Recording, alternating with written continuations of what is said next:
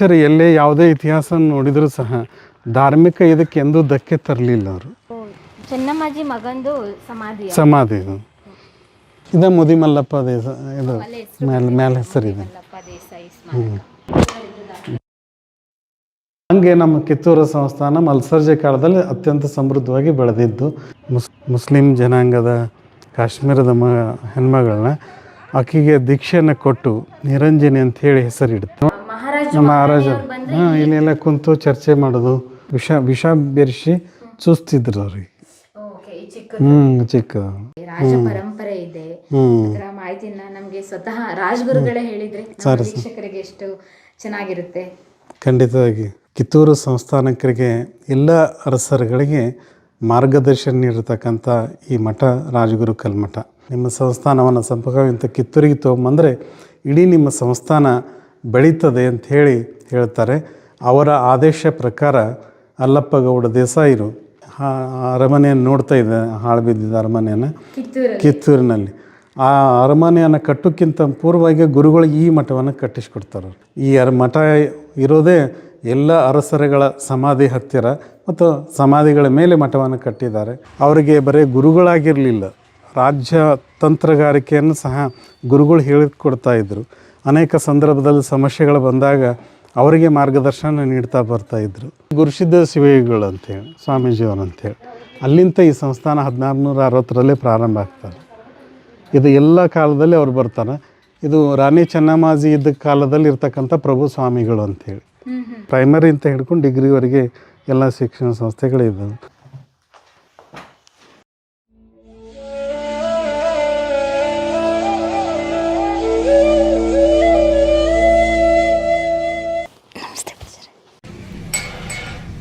ಸ್ನೇಹಿತರೆ ಎಲ್ರಿಗೂ ನಮಸ್ತೆ. ನಾವಿವಾಗ ಹೋಗ್ತಾ ಇರೋದು ಕಿತ್ತೂರು ಸಂಸ್ಥಾನದ ರಾಜಗುರುಗಳಾದಂಥ ಮಠಕ್ಕೆ ಹೋಗ್ತಾ ಇದ್ದೀವಿ. ಆ ಮಠದ ಹೆಸರೇ ಕಲ್ಮಠ ಮಠ. ಅದು ಕಿತ್ತೂರಲ್ಲೇ ಇದೆ. ಕಲ್ಮಠ ಹೋಗುವ ದಾರಿ ಇದು, ಹೆದ್ದಾರಿಲೇ ಬರುತ್ತೆ, ಕಿತ್ತೂರು ಮತ್ತು ಬೆಳಗಾಂ ಹೆದ್ದಾರಿಲಿ. ರಾಜಗುರು ಸಂಸ್ಥಾನ ಕಲ್ಮಠ. ಎಲ್ರಿಗೂ ಸ್ವಾಗತ. ಸ್ನೇಹಿತರೆ ಬನ್ನಿ, ರಾಜಗುರುಗಳನ್ನ ಭೇಟಿ ಮಾಡಿ ಅಲ್ಲಿ ಆಗಿನ ಇದ್ದಂಥ ಪದ್ಧತಿ ಏನಿತ್ತು ಮತ್ತು ಅಲ್ಲಿನ ವ್ಯವಹಾರಗಳು, ವ್ಯವಸ್ಥೆ, ರಾಜರ ಆಡಳಿತ, ಆವಾಗ ಯಾವುದೇ ನಿರ್ಣಯ ತಗೋಬೇಕಂದ್ರೆ ಇವರು ಇರಲೇಬೇಕಿತ್ತು ರಾಜಗುರುಗಳು. ಇವರ ಸಮ್ಮುಖದಲ್ಲೇ ರಾಜಾರಾಣಿಯರು ನಿರ್ಣಯಗಳನ್ನ ತಗೊಳ್ತಾ ಇದ್ರು. ಬನ್ನಿ ಇವಾಗಿನ ರಾಜಗುರುಗಳನ್ನ ಭೇಟಿ ಮಾಡಿ ಮಾತಾಡೋಣ. ಸ್ನೇಹಿತರೆ, ಕಲ್ಮಠ ಮಠಕ್ಕೆ ಎಂಟ್ರಿ ಆದ ತಕ್ಷಣ ಇಲ್ಲಿ ಸ್ನೇಹಿತರೆ ಇವಾಗ ನೀವು ಬರ್ತಾ ನೋಡಿದ್ರಿ, ನಾವು ರಾಜಗುರುಗಳ ಕಲ್ಮಠ ಮಠಕ್ಕೆ ಬಂದಿದ್ದೀವಿ. ಇಲ್ಲಿ ಎಂಟ್ರಿ ಆದ ತಕ್ಷಣ ಇಲ್ಲಿ ಬೋರ್ಡ್ ಹಾಕಿದ್ದಾರೆ, ಗುರುಮನೆ ಅರಮನೆ ಪರಂಪರೆ. ಇದ್ರ ಅರ್ಥ ಏನು ಗೊತ್ತಾ? ಗುರು ಮತ್ತು ಅರಮನೆ ಪರಂಪರೆ, ಅರಮನೆಗಿದ್ದಂಥ ಒಂದು ಪರಂಪರೆ ಸಂಕೇತವಾಗಿ ಇಲ್ಲಿದೆ. ಅಂದರೆ ಕಂಪ್ಲೀಟಾಗಿ ಕಿತ್ತೂರು ಸಂಸ್ಥಾನದ ಮೊದಲನೇ ರಾಜನಿಂದ ಹಿಡಿದು ಕೊನೆಯ ರಾಜ ಯಾರಾಗಿದ್ದರು, ಅವರಿದ್ದಂಥ ಸಂದರ್ಭದಲ್ಲಿ ಯಾರು ರಾಜಗುರುಗಳಿದ್ರು ಅಂತ ಕಂಪ್ಲೀಟ್ ಡೀಟೇಲ್ಸ್ ನೋಡ್ಬೋದು. ಇಲ್ಲಿ ಕಿತ್ತೂರು ಸಂಸ್ಥಾನದ ಮೂಲ ಪುರುಷ ಹಿರೇಮಲ್ಶೆಟ್ಟಿ ಮತ್ತು ಚಿಕ್ಕಮಲ್ಶೆಟ್ಟಿ ಅವರಿದ್ದಂಥ ಸಂದರ್ಭದಲ್ಲಿ 1585ರಿಂದ 1591 ತನಕ ಸ್ವಾಮೀಜಿಗಳು ಯಾರಾಗಿದ್ದರು ಅಂತ ಹೇಳಿದರೆ ರಾಜಗುರುಗಳು ಶ್ರೀ ಆದಿ ಗುರುಸಿದ್ಧಿ ಸ್ವಾಮೀಜಿಗಳಾಗಿದ್ದರು. ರಾಣಿ ಚೆನ್ನಮ್ಮಾಜಿಯವರ ಆಸ್ಥಾನದಲ್ಲಿ ನೀವು ಸಿನಿಮಾದಲ್ಲೆಲ್ಲ ನೋಡಿರ್ತೀರ. ಅವಾಗಿದ್ದಂಥ ಸ್ವಾಮೀಜಿಗಳು ಅವರ ಸಮ್ಮುಖದಲ್ಲಿ ಆಸ್ಥಾನದಲ್ಲಿ ಪ್ರತಿಯೊಂದು ನಿರ್ಣಯಗಳನ್ನು ತೆಗೆದುಕೊಳ್ತಾ ಇದ್ರು. ಪರೋಕ್ಷವಾಗಿ ರಾಣಿ ಚೆನ್ನಮ್ಮ ಅವ್ರಿಗೆ ತುಂಬ ಸಹಾಯ ಮಾಡ್ತಾಯಿದ್ರು. ಎಲ್ಲ ರಾಜನೀತಿಗಳಿರ್ಬೋದು, ತಂತ್ರಗಳಿರ್ಬೋದು, ಯುದ್ಧದ ಕಲೆಗಾರಿಕೆ ಇರ್ಬೋದು, ಆಸ್ಥಾನದ ಅಶುಭ ಕಾರ್ಯಕ್ರಮಗಳೆಲ್ಲ ಸಮ ಪ್ರಮಾಣದಲ್ಲಿ ಭಾಗಿಯಾಗ್ತಿದ್ದವರೇ ರಾಜಗುರುಗಳು. ಅವರ ಮಾರ್ಗದರ್ಶನದಲ್ಲಿ ಅರಮನೆಯ ಮುಂದಿನ ಯೋಜನೆಗಳೆಲ್ಲ, ಅರಮನೆಯ ಕಾರ್ಯಗಳೆಲ್ಲವೂ ಕೂಡ ರೂಪುಗೊಳ್ತಾ ಇದ್ದಿದ್ದು. ಇವಾಗಿರುವಂತಹ ರಾಜಗುರುಗಳು ಶ್ರೀ ಮಡಿವಾಳ ರಾಜಯೋಗೀಂದ್ರ ಸ್ವಾಮೀಜಿಗಳು. ಬನ್ನಿ ಅವ್ರನ್ನೇ ಮಾತಾಡಿಸಿ ರಾಜಗುರುಗಳ ಪರಂಪರೆಯನ್ನು ತಿಳ್ಕೊಳ್ಳೋಣ. ಬನ್ನಿ ಸ್ನೇಹಿತರೆ. ಸ್ನೇಹಿತರೆ, ಕಲ್ಮಠ ಮಠದ ಒಳಗಡೆ ಎಂಟ್ರಿ ಅದು. ಇಲ್ಲಿ ನೋಡಿದರೆ ಗೊತ್ತಾಗ್ತಿದೆ, ವಾಸ್ತುಶಿಲ್ಪ, ಕಲಾಕೃತಿ ಶೈಲಿ ನೋಡಿದರೆ ಇದೆಲ್ಲ ಇವಾಗಿನ ಸಾಧ್ಯನೇ ಇಲ್ಲ. ಕಿತ್ತೂರು ಸಂಸ್ಥಾನ ಸ್ಥಾಪನೆ ಆಯ್ತಲ್ಲ ಅವಾಗಲಿಂದ ಇದ್ದಿದ್ದಂಥದ್ದಂತ ಕಾಣಿಸುತ್ತೆ. ಅದ್ರ ಜೊತೆಗೆ ಇಲ್ಲಿ ನೋಡ್ಬೋದು, ರಾಜಗುರುಗಳನ್ನ ಯಾರೇ ಭೇಟಿ ಮಾಡೋಕ್ಕೆ ಬಂದರೂ ಕೂಡ ಇಲ್ಲಿ ಭಕ್ತಾದಿಗಳಾಗಿರ್ಬೋದು, ಅರಮನೆಗೆ ಸಂಬಂಧಪಟ್ಟವರೆಲ್ಲ ಇಲ್ಲಿ ಕುತ್ಕೊಂಡು ರಾಜಗುರುಗಳನ್ನ ಭೇಟಿ ಮಾಡೋದಕ್ಕೊಂದು ವೆಯ್ಟಿಂಗ್ ರೂಮ್ ಅಂತ ಹೇಳ್ಬೋದು. ಮುಂದೆ ಹೋಗಿ ನೋಡಿದ್ರೆ ಇಲ್ಲಿ ಒಳಗಡೆ ಏನೋ ಇದೆ, ಅದು ಆಮೇಲೆ ರಾಜಗುರುಗಳು ಬಂದು ತೋರಿಸ್ತಾರೆ. ನಮ್ಮ ವೀರವನಿತೆ ಚೆನ್ನಮ್ಮಾಜಿ ಅವ್ರದ್ದು ಒಂದು ಸ್ಟ್ಯಾಚು ಥರ ಇಲ್ಲಿ ಇಟ್ಟಿದ್ದಾರೆ, ಕುದುರೆ ಮೇಲೆ ಹೋಗ್ತಾ ಇರೋದು. ಯಾಕೆಂದರೆ ಅವ್ರನ್ನ ಯಾವಾಗಲೂ ನಾವೆಲ್ಲ ಚಿಕ್ಕ ವಯಸ್ಸಿಂದಲೇ ನೋಡಿರೋದು ಇದೇ ಗೆಟಪ್ಪಲ್ಲಿ, ಹಾಗಾಗಿ ಯಾವುದೋ ಒಂದು ಸಂದರ್ಭದಲ್ಲಿ ಸ್ಟ್ಯಾಚು ಮಾಡಿಸಿಟ್ಟಿದ್ದಾರೆ. ಅದ್ರ ಜೊತೆಗೆ ಇಲ್ಲಿ ಒಳಗಡೆ ಎಂಟ್ರಿ ಆದರೆ ಈ ಕಲ್ಮಠ ಮಠಕ್ಕೆ ತುಂಬ ಇತಿಹಾಸ ಇದೆ. ಇಲ್ಲಿ ರಾಜಗುರುಗಳಷ್ಟೇ ಇಲ್ಲ, ಅದ್ರ ಜೊತೆಗೆ ರಾಜಗುರುಗಳ ಆಶೀರ್ವಾದ ಯಾವಾಗಲೂ ಕೂಡ ರಾಜ ರಾಣಿಯರ ಮೇಲೆ ಬೀಳಬೇಕು ಅಂತ ಹೇಳಿ ಅಂತಿಮ ದಿನಗಳಾದರೂ ನಂತರ ಇಲ್ಲೇ ಸುತ್ತಮುತ್ತ ಅವರ ಗದ್ದಿಗೆನ ಮಾಡಿದ್ದಾರೆ. ಅದನ್ನು ಸ್ವಾಮೀಜಿ ಕೇಳಿ ತಿಳ್ಕೊಳ್ಳೋಣ ಬನ್ನಿ. ಇಲ್ಲಿ ಒಳಗಡೆ ಎಂಟ್ರಿ ಆಗ್ತೀವಲ್ಲ, ನೋಡ್ಬೋದು ನೀವು ಇಲ್ಲಿ ಮಠದ ಸ್ಟ್ರಕ್ಚರ್ ಹೇಗಿದೆ ಅಂತ ಹೇಳಿದರೆ, ಇಲ್ಲಿ ಆವಾಗ ಹಿಂದಿನ ಕಾಲದಲ್ಲಿ ಬಾಗಿಲೆಲ್ಲ ಎಷ್ಟು ಚಿಕ್ಕದಾಗಿ ಮಾಡ್ತಿರೋ ಅನ್ನೋದಕ್ಕೆ ಇದೇ ಸಾಕ್ಷಿ. ಇಲ್ಲಿ ನೋಡಿ ಎಷ್ಟು ಚಿಕ್ಕದಾಗಿದೆ ಅಂತ, ಬಗ್ಗಿ ಹೋಗ್ಬೇಕಿತ್ತು ಇಷ್ಟು. ಅದ್ರ ಜೊತೆಗೆ ಇವಾಗಿರೋಂಥ ಸ್ವಾಮೀಜಿಗಳಿಗೆ ಬಂದಂಥ ಪ್ರಶಸ್ತಿಗಳಾಗಿರ್ಬೋದು, ಅವ್ರು ನುಡಿದಂಥ ನುಡಿಗಳಾಗಿರ್ಬೋದು, ಅದ್ರ ಜೊತೆಗೆ ನಮ್ಮ ವೀರ ವನಿತೆ ಕಿತ್ತೂರು ರಾಣಿ ಚೆನ್ನಮ್ಮನಿಗೆ ಭಕ್ತಾದಿಗಳಾಗಿರ್ಬೋದು, ಅಭಿಮಾನಿಗಳು ಕೊಟ್ಟಂಥ ಚಿತ್ರಕಲೆ ಎಲ್ಲನೂ ಕೂಡ ಇಲ್ಲಿ ಡಿಸ್ಪ್ಲೇ ಮಾಡಿದ್ದಾರೆ. ಇಲ್ಲಿ ನೋಡ್ಬೋದು ರಾಣಿ ಕಿತ್ತೂರು ಚೆನ್ನಮ್ಮನವ್ರದ್ದು ಒರಿಜಿನಲ್ ಫೋಟೋವನ್ನು ಯಾರು ಪಾಟೀಲ್ ಸಾಹಿತಿಗಳು ಕೊಟ್ಟಿದ್ದಾರೆ. ಇದೇ ಅವ್ರ ಒರಿಜಿನಲ್ ಫೋಟೋಸು. ಕಿತ್ತೂರು ರಾಣಿ ಚೆನ್ನಮ್ಮ ಹೀಗಿದ್ರಂತೆ ಅಂತ ಎಲ್ಲೋ ಸಿಕ್ಕಿದೆ, ಆ ದಾಖಲೆಗಳನ್ನ ಕಲೆಕ್ಟ್ ಮಾಡಿ ಇಲ್ಲಿ ಹಾಕಿದ್ದಾರೆ. ಅದ್ರ ಜೊತೆಗೆ ಇದೂ ರಾಣಿ ಚೆನ್ನಮ್ಮ ಅವರು ಮತ್ತು ರಾಜಗುರುಗಳು ಇವಾಗಿನವರು ಅಲ್ಲಿದ್ದಾರೆ. ಹೀಗೆ ಕಿತ್ತೂರು ಸಂಸ್ಥಾನ ಮತ್ತು ರಾಜಗುರುಗಳ ಇತಿಹಾಸ ಹೇಳುವಂಥ ಹಲವಾರು ಚಿತ್ರಗಳು ಇಲ್ಲಿ ಇರೋದನ್ನು ನೋಡ್ಬೋದು ನೀವು. ನೋಡಿದರೆ ನಿಮಗೊಂದು ಗೊತ್ತಾಗ್ತಾ ಇದೆ, ಇಡೀ ಕಿತ್ತೂರು ಸಂಸ್ಥಾನದ ಇತಿಹಾಸವನ್ನು ಬದಲು ಮಾಡಿದಂಥ ಒಂದು ಸನ್ನಿವೇಶ ಇದು. ಏಕೆಂತ ಹೇಳಿದರೆ ಠಾಕ್ರೆ ಅವರು ಧಾರವಾಡದ ಅಧಿಕಾರಿಯಾಗಿದ್ದಾಗ ಇಲ್ಲಿ ರಾಜಗುರುಗಳು ಕೂತ್ಕೊಂಡಿದ್ದಾರೆ, ಇಲ್ಲಿ ಚೆನ್ನಮ್ಮಾಜಿ ಇದ್ದಾರೆ, ಇವರು ಸಂಗೊಳ್ಳಿ ರಾಯಣ್ಣ. ನೋಡಿದರೆ ಗೊತ್ತಾಗ್ತಾ ಇದೆ, ದತ್ತು ಮಕ್ಕಳಿಗೆ ಉತ್ತರಾಧಿಕಾರದ ಹಕ್ಕಿಲ್ಲ ಅಂತ ಹೇಳಿದಾಗ ನೀವ್ಯಾರು ಹೇಳೋದಕ್ಕೆ ಅಂತ ಹೇಳಿ ರಾಣಿ ಚೆನ್ನಮ್ಮಾಜಿ ಅವರು ದರ್ಬಾರ್ನಲ್ಲಿ ವಿರೋಧ ಮಾಡ್ತಾರಲ್ಲ, ಆ ಸನ್ನಿವೇಶ ಇದು. ರಾಜಗುರುಗಳ ಸಮ್ಮುಖದಲ್ಲೇ ಅವರು ವಿರೋಧ ಮಾಡ್ತಾರೆ. ಯಾಕೆಂದರೆ ಅವರಿಗೆ ರಾಜಗುರುಗಳ ಆಶೀರ್ವಾದ ಇರುತ್ತೆ, ಅವ್ರ ಮಾರ್ಗದರ್ಶನ ಇರುತ್ತೆ. ರಹಸ್ಯವಾಗಿ ಅವರು ಮಾತುಕತೆನ ಮಾಡಿರ್ತಾರೆ. ರಾಜಗುರುಗಳು ಹೇಳ್ತಾರೆ ಏನೆಲ್ಲ ಹೇಳಿದ್ರು ಆವಾಗಿನ ಸಂದರ್ಭದಲ್ಲಿ ಅಂತ ಇವಾಗಿನ ರಾಜಗುರುಗಳನ್ನೇ ಕೇಳಿ ತಿಳ್ಕೊಳ್ಳೋಣ.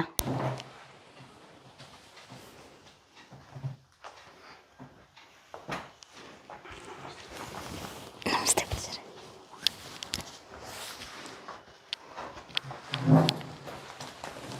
ಬನ್ನಿ ಗುರುಗಳೇ.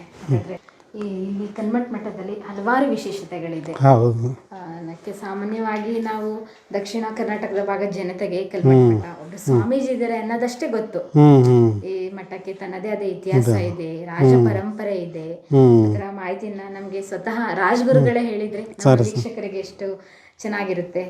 ಖಂಡಿತವಾಗಿ ಈ ಸಂಸ್ಥಾನ ಕಿತ್ತೂರು ಸಂಸ್ಥಾನ ಮತ್ತು ರಾಜಗುರು ಸಂಸ್ಥಾನ ಇದು ಎರಡೂ ಬಹಳ ಅವಿನಾಭಾವ ಸಂಬಂಧ ಇದೆ. ಕಿತ್ತೂರು ಸಂಸ್ಥಾನಕ್ಕೆ ಎಲ್ಲ ಅರಸರುಗಳಿಗೆ ಮಾರ್ಗದರ್ಶನ ನೀಡಿರ್ತಕ್ಕಂಥ ಈ ಮಠ ರಾಜಗುರು ಕಲ್ಮಠ. ಇದಕ್ಕೆ ಭಾಳ ಇತಿಹಾಸ ಪರಂಪರೆ ಎಲ್ಲವೂ ಸಹ ಇದೆ.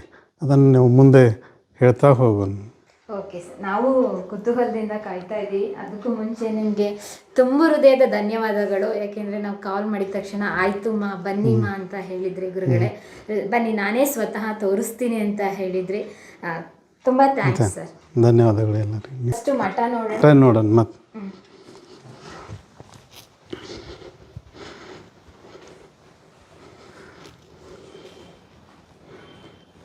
ಎಷ್ಟು ವರ್ಷದ ಹಳೆ ಮಠ ಇದು? ಇದು 1660ರಲ್ಲಿ ಈ ಇತಿಹಾಸ ಪ್ರಾರಂಭ ಆಗ್ತದೆ, ಈ ಮಠದ ಇತಿಹಾಸ. ಇದಕ್ಕೆ ಮೂಲ ಕಾರಣ ಅಲ್ಲಪ್ಪಗೌಡ ದೇಸಾಯಿ ಅವರು. ಅವರಿಗೆ ಕನಿಷ್ಠನಲ್ಲಿ ಈ ಮೂಲ ಕರ್ತೃಗುರುಗಳಂಥ ಗುರುಸಿದ್ಧ ಶಿಬಿಗಳು ಒಂದು ಪ್ರೇರಣೆ ನೀಡ್ತಾರೆ. ಏನಂತಂದರೆ ಇದು ಮೂಲತಃ ಕಿತ್ತೂರು ಸಂಸ್ಥಾನ ಪ್ರಾರಂಭ ಆಗಿದ್ದು ಸಂಪಗಾಂವೆಯಲ್ಲಿ ಪ್ರಾರಂಭ ಆಗ್ತದೆ. ಸಂಪಗಾಂವೆಯಲ್ಲಿ ಪ್ರಾರಂಭ ಆದಾಗ ಅದು ಒಂದು 2-3 ತಲೆಮಾರು ಹೋಗಿರ್ತದೆ. ಅಲ್ಲಪ್ಪಗೌಡ ದೇಸಾಯಿ ಅಂತಕ್ಕಂಥ ಒಬ್ಬ ಒಳ್ಳೆಯ ಆಡಳಿತಗಾರ, ಒಳ್ಳೆಯ ಅರಸ. ಈ ಸಂಸ್ಥಾನವನ್ನು ಬೆಳೆಸಬೇಕಂತ ಹಂಬಲ ಅವರಲ್ಲಿರ್ತದೆ. ಹೀಗಾಗಿ ಅವರು ಗುರುಗಳ ಶ್ರದ್ಧೆ ಇರ್ತದೆ, ಗುರುಲಿಂಗ ಜಂಗಮರ ಆರಾಧಕರಾಗಿರ್ತಾರೆ. ಹೀಗಾಗಿ ಗುರುಗಳಲ್ಲಿ ಒಂದಿಷ್ಟು ಶ್ರದ್ಧೆ ಇರ್ತದೆ. ಅವರು ಹೀಗೆ ಬಂದಾಗ ಅವರು ಕನಿಷ್ಠನಲ್ಲಿ ಮೊದಲು ಗುರುಗಳು ಹೋಗ್ತಾರೆ, ನೀನು ಕಿತ್ತೂರು ಸಂಸ್ಥಾನವನ್ನು ಮೊದಲು ಗುರುಗಳ ದರ್ಶನ ಕೊಡ್ತಾರೆ. ಅವ್ರನ್ನ ಹುಡುಕ್ತಾ ಕಿತ್ತೂರಿಗೆ ಬರ್ತಾರೆ ಅರಸ ಅಲ್ಲಪ್ಪಗೌಡ ದೇಸಾಯರು. ಅವರ ದರ್ಶನ ತಗೊಂಡಾಗ ಅವರಿಗೆ ಒಂದು ಮಾತನ್ನು ಹೇಳ್ತಾರೆ, ನಿಮ್ಮ ಸಂಸ್ಥಾನವನ್ನು ಸಂಪರ್ಕವಿಂತ ಕಿತ್ತೂರಿಗೆ ತೊಗೊಂಬಂದರೆ ಇಡೀ ನಿಮ್ಮ ಸಂಸ್ಥಾನ ಬೆಳೀತದೆ ಅಂತ ಹೇಳ್ತಾರೆ. ಅವರ ಆದೇಶ ಪ್ರಕಾರ ಅಲ್ಲಪ್ಪ ಗೌಡ ದೇಸಾಯಿರು ಕಿತ್ತೂರಿಗೆ ಸಂಸ್ಥಾನವನ್ನು ತೊಗೊಂಬರ್ತಾರೆ, ರಾಜಧಾನಿಯನ್ನಾಗಿ ಮಾಡ್ಕೊತಾರೆ. ಅಲ್ಲಿಂದ ಕಿತ್ತೂರು ಸಂಸ್ಥಾನ ಬೆಳೀತಾ ಬರ್ತದೆ. ರಾಣಿ ಚೆನ್ನಮ್ಮಾಜಿಯವರಿಗೆ ನೀವೆಲ್ಲ ಇತಿಹಾಸ ನೋಡ್ತಾರೆ. ಅವರು ಎಷ್ಟು ಶ್ರದ್ಧೆ ಅಂದರೆ ಮೊದಲಿಗೆ ಗುರುಗಳಿಗೆ ಮಠವನ್ನು ಕಟ್ಟಿಸಿಕೊಡ್ತಾರೆ. ಅವರು ಚೌಕಿ ಮಠ ಅಂಥೇಳಿ ನಮ್ಮ ಮೂಲ ಮಠ ಅದು ಮತ್ತು ಆ ಥರ ಇತಿಹಾಸ ಮತ್ತು ಬೆಳೀತಾ ಹೋಗ್ತದೆ. ಅದು ಮೂಲ ಮಠವನ್ನು ಗುರುಗಳಿಗೆ ಕಟ್ಟಿಸಿಕೊಡ್ತಾರೆ ಅವರು. ನೋಡ್ಬೋದು ಇವತ್ತಿಗೆ ಚೌಕಿ ಮಠ ಇದೆ. ನಂತರ ಅರಮನೆಯನ್ನು ಈಗೇನು ಅರಮನೆಯನ್ನು ನೋಡ್ತಾ ಇದೆ, ಹಾಳು ಬಿದ್ದಿದ್ದ ಅರಮನೆಯನ್ನು ಕಿತ್ತೂರಿನಲ್ಲಿ. ಆ ಅರಮನೆಯನ್ನು ಕಟ್ಟೋಕ್ಕಿಂತ ಪೂರ್ವವಾಗಿ ಗುರುಗಳಿಗೆ ಈ ಮಠವನ್ನು ಕಟ್ಟಿಸ್ಕೊಡ್ತಾರೆ. ಅರಮನೆ ಮತ್ತು ಗುರುಮನೆ ಸಮೀಪ ಆಗಬೇಕು ಅಂಥೇಳಿ ಅರಮನೆ ಕಟ್ಟೋದಕ್ಕಿಂತ ಮುಂಚೆನೇ ಗುರುಗಳಿಗೆ ಮಠ ಕಟ್ಟಿಸ್ಕೊಡ್ತಾರೆ ಅವರು. ಅಂದರೆ ಈ ಅರಮನೆ ಮತ್ತು ಗುರುಮನೆ ಪರಂಪರೆ ಬಹಳ ವಿಶೇಷತೆಯನ್ನು ಪಡ್ಕೊಂಡು ಹೋಗಿದೆ. ಈ ಮಠ ಇರೋದೇ ಎಲ್ಲ ಅರಸರುಗಳ ಸಮಾಧಿ ಹತ್ತಿರ ಮತ್ತು ಸಮಾಧಿಗಳ ಮೇಲೆ ಮಠವನ್ನು ಕಟ್ಟಿದ್ದಾರೆ. ಮೂಲ ಕಾರಣ ಏನಂತಂದರೆ ಗುರುಗಳಲ್ಲಿ ಅಷ್ಟು ಶ್ರದ್ಧೆ ಅವರು. ಗುರುಗಳ ಆಶೀರ್ವಾದ ಸದಾ ಇರಬೇಕು, ಇದ್ದಾಗೂ ಇರಬೇಕು, ನಾವು ಇಲ್ಲದಾಗೂ ಅವರ ಆಶೀರ್ವಾದ ಪಾದಸ್ಪರ್ಶ ಇರಬೇಕು ಅನ್ನೋದೇ ಇದರ ಮೂಲ ಉದ್ದೇಶ ಇರ್ತದೆ. ಮಾರ್ಗದರ್ಶನ ನೀಡುತ್ತಾನೆ. ಹೀಗಾಗಿ ಆಮೇಲೆ ಕೊಡೋದು. ಮತ್ತು ಇಡೀ ಎಲ್ಲ ಅರಸರ ಸಮಾಧಿಗಳು ನಮ್ಮ ಮಠದ ಆವರಣದಲ್ಲೇ ಇದೆ. ಇವತ್ತಿಗೂ ಅವ ಸ್ಮಾರಕಗಳನ್ನ ನಾವೆಲ್ಲ ಕಾಣ್ತೀವಿ, ನೋಡ್ಬೋದು.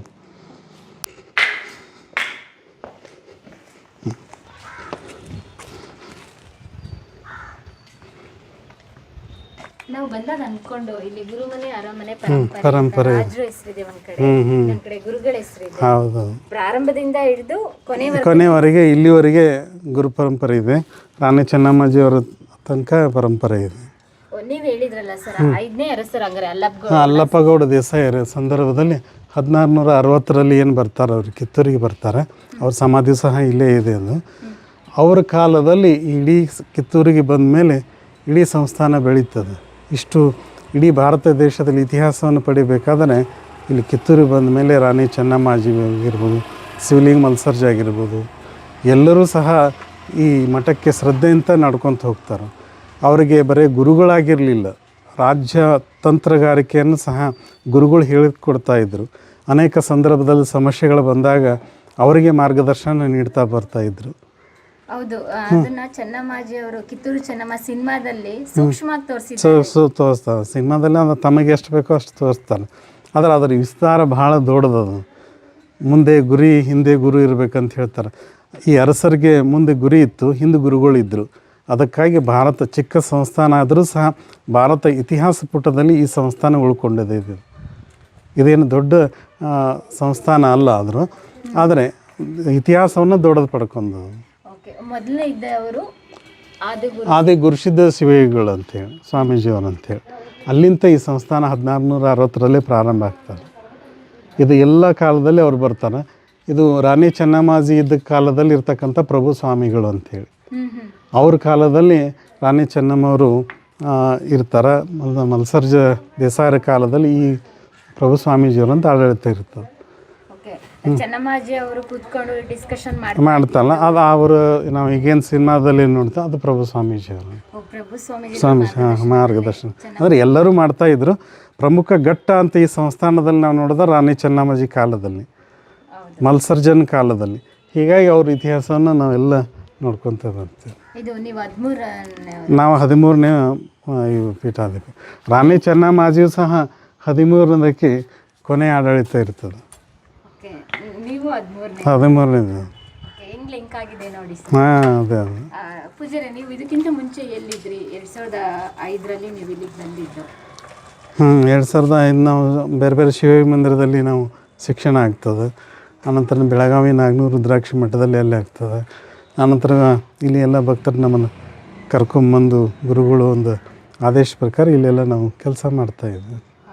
ನೀವೇನು ಎಜುಕೇಷನ್ ಮಾಡಿರೋದು? MA ಓದಿದ್ದೀನಿ.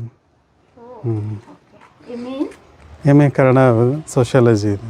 ಕನ್ನಡ ಸಾಹಿತ್ಯದ ಬಗ್ಗೆ ನಿಮ್ಮ ಬಗ್ಗೆ ಕೇಳಿದ್ದೆ. ಮತ್ತೆ ನಿಮ್ಮ ಸಂಸ್ಥಾನದಲ್ಲೇ ಬುಕ್ ಪಬ್ಲಿಕೇಶನ್ ಎಲ್ಲ ಮಾಡಿ ಸುಮಾರು 10-15 ಬುಕ್ಗಳು ಈಗಾಗಲೇ ಪ್ರಕಟಗೊಂಡಿದ್ದವು.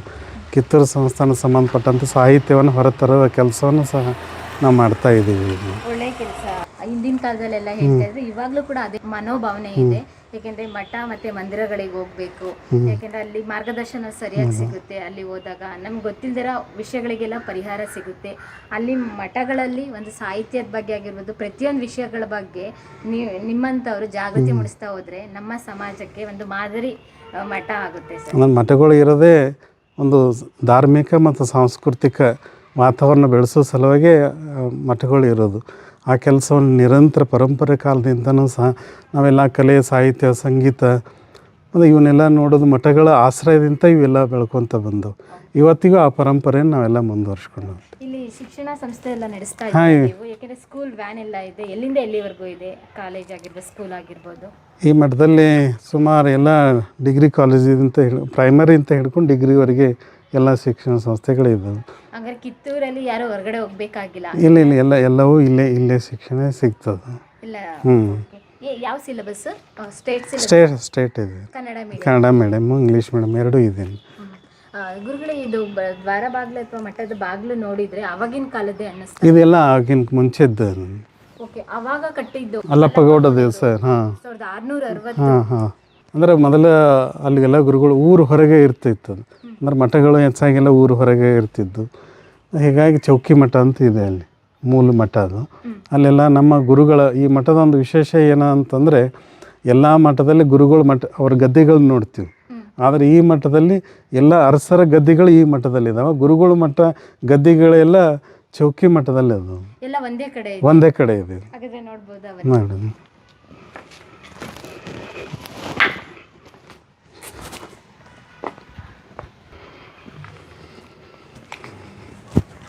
ಇಲ್ಲಿ ಸ್ಕೂಲ್ಗೆ ಅಡ್ಮಿಷನ್ ಆಗಬೇಕಂದ್ರೆ ಹೇಗೆ ಗುರುಗಳೇ? ಕಾಮನ್ ಆಗಿ ಇದು ಇರ್ತದೆ, ಎಲ್ಲರಿಗೂ ಇರ್ತದೆ. ಕೋಎಡ್? ಹಾಂ, ಕೋಎಡ್. ಇದೇನಿದು? ಬ್ರಿಟಿಷರು ಎಲ್ಲೇ ಯಾವುದೇ ಇತಿಹಾಸ ನೋಡಿದರೂ ಸಹ ಧಾರ್ಮಿಕ ಇದಕ್ಕೆ ಎಂದೂ ಧಕ್ಕೆ ತರಲಿಲ್ಲ ಅವರು. ಚೆನ್ನಮ್ಮಾಜಿ ಮಗಂದು ಸಮಾಧಿ ಇದು ಮುದಿ ಮಲ್ಲಪ್ಪ ದೇಸಾಯಿ, ಇದು ಮೇಲೆ ಹೆಸರಿದೆ. ಹಂಗೆ ನಮ್ಮ ಕಿತ್ತೂರು ಸಂಸ್ಥಾನ ಮಲ್ಸರ್ಜೆ ಕಾಲದಲ್ಲಿ ಅತ್ಯಂತ ಸಮೃದ್ಧವಾಗಿ ಬೆಳೆದಿದ್ದು. ರಾಜರ ಕಾಶ್ಮೀರದ ನೃತ್ಯಗಾರ್ತಿಗಳ ಮಗಳನ್ನು ಇವರು ಮದುವೆ ಆಗ್ತಾರೆ. ಮುಸ್ಲಿಂ ಜನಾಂಗದ ಕಾಶ್ಮೀರದ ಹೆಣ್ಮಗಳನ್ನ ಆಕೆಗೆ ದೀಕ್ಷೆಯನ್ನು ಕೊಟ್ಟು ನಿರಂಜನಿ ಅಂತ ಹೇಳಿ ಹೆಸರಿಡುತ್ತೆ.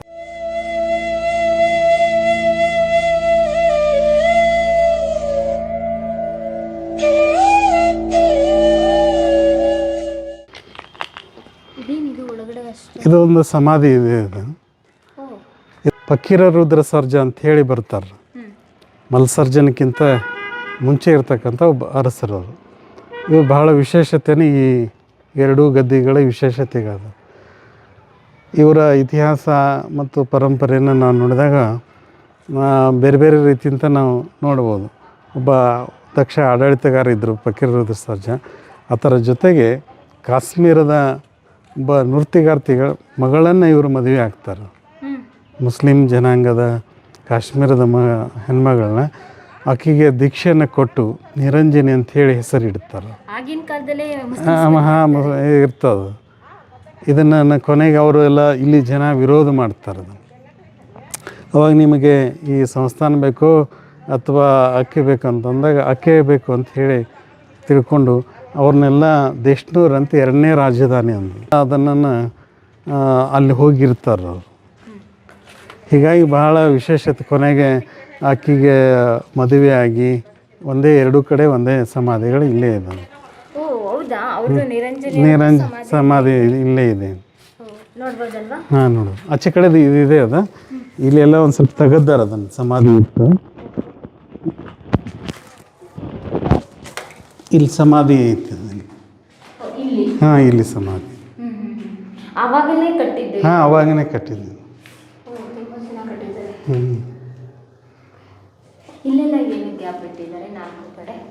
ಹಿಂಗೆ ಬೇರೆ ಬೇರೆ ಇವನ್ನ ಇಟ್ಟಿರ್ತದ. ಹಂಗೆ ನಮ್ಮ ಪರಂಪರೆಗಳು ದೀಪ ಹಚ್ಚಲಿಕ್ಕೆ ಈ ಥರ ಇವು ಇರ್ತದೆ.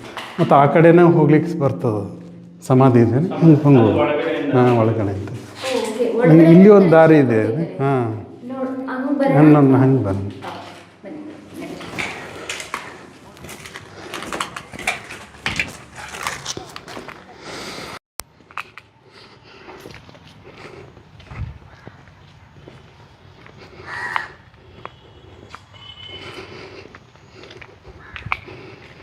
ಓ, ಇಲ್ಲಿ NSS ಯೂನಿಟ್ ಬೇರೆ ಮಾಡಿ. ಹಾಂ, ಇದೆ.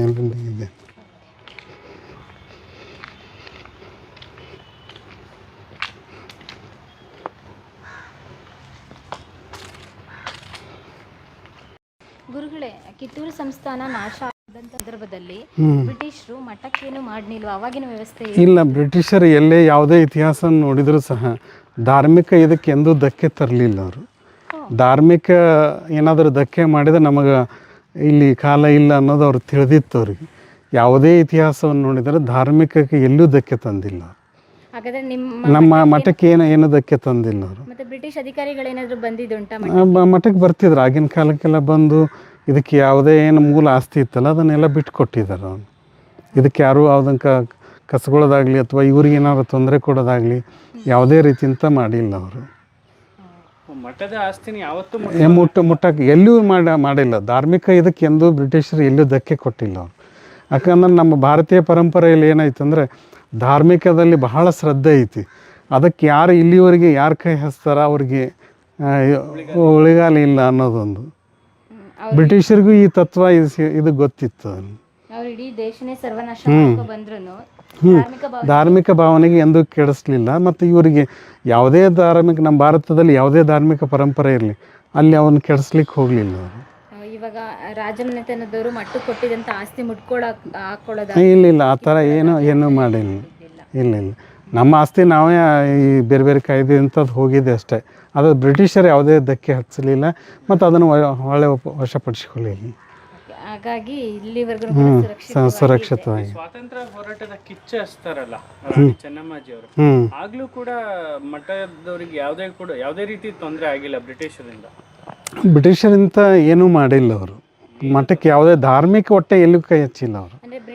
ಆನಂತರ ಇನ್ನೊಂದು, ರಾಣಿ ಚೆನ್ನಮ್ಮಾಜಿ ಬಂಧನದಲ್ಲಿ ಇರುವ ಸಂದರ್ಭದಲ್ಲಿ ಜಂಗಮರಿಗೆ ಮಾತ್ರ ಹೋಗ್ಲಿಕ್ಕೆ ಅಲ್ಲಿ ಸಾಧ್ಯ ಇತ್ತು. ಅಂದರೆ ಸ್ವಾಮೀಜಿ ಅವ್ರಿಗೆ ಮಾತ್ರ ಅಲ್ಲಿ ಅವ್ರಿಗೆ ಭೇಟಿ ಕೊಡಲಿಕ್ಕೆ ಅವಕಾಶ ಇತ್ತು. ಪಾದ ಪೂಜೆ ಮಾಡಲಿಕ್ಕೆ, ಅವ್ರಿಗೆ ಭೇಟಿ ಆಗಲಿಕ್ಕೆ ಇವ್ರಿಗೆ ಎಷ್ಟೇ ಇತ್ತು. ಹೀಗಾಗಿ ಆ ಸಂಗೊಳ್ಳಿ ರಾಯಣ್ಣ ರಾಣಿ ಚೆನ್ನಮ್ಮಾಜಿಗೆ ಭೇಟಿ ಆಗಬೇಕಾದ್ರೆ ಕಾವಿ ಡ್ರೆಸ್ ಹಾಕಿ ಹೋಗಿ ಭೇಟಿ ಆಗ್ತಾರೆ ಅವರು. ಇತಿಹಾಸದ ಬಗ್ಗೆ ನಾವೆಲ್ಲ ನೋಡ್ತೀವಿ. ಹೀಗಾಗಿ ನಿತ್ಯ ಅವರಿಗೆ ದರ್ಶನ, ಪಾದೋದಕ, ಪ್ರಸಾದವನ್ನು ಕೊಡುವ ವ್ಯವಸ್ಥೆ ಜೈಲದಲ್ಲಿ ಇದ್ರೂ ಸಹ ಇತ್ತು. ಹೋಗ್ತಾ ಇದ್ರು.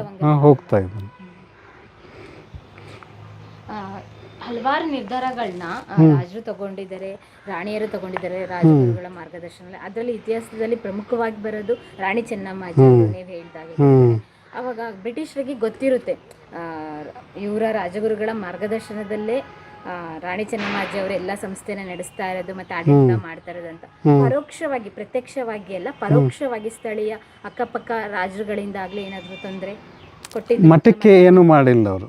ಮಠಕ್ಕೆ ಯಾರೂ ಮಾಡಿಲ್ಲ. ಓಕೆ. ಇವಾಗ ಆಸ್ಥಾನದಲ್ಲಿ ಕುತಂತ್ರಿಗಳಿಂದಲೇ ಕಿತ್ತೂರು ಸಂಸ್ಥಾನ ಹಾಳಾಯ್ತು. ಹಂಗಾಗಿ ಅಲ್ಲಿ ಒಳಗಡೆ ಇರೋರು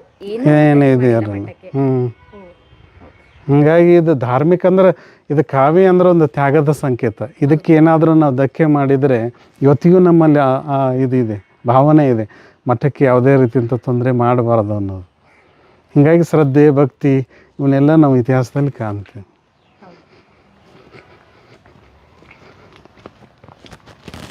ಮಠಕ್ಕೆ ಒಟ್ಟು ಎಷ್ಟು ಎಕರೆ ಬಂದಿತ್ತು ಗುರುಗಳ?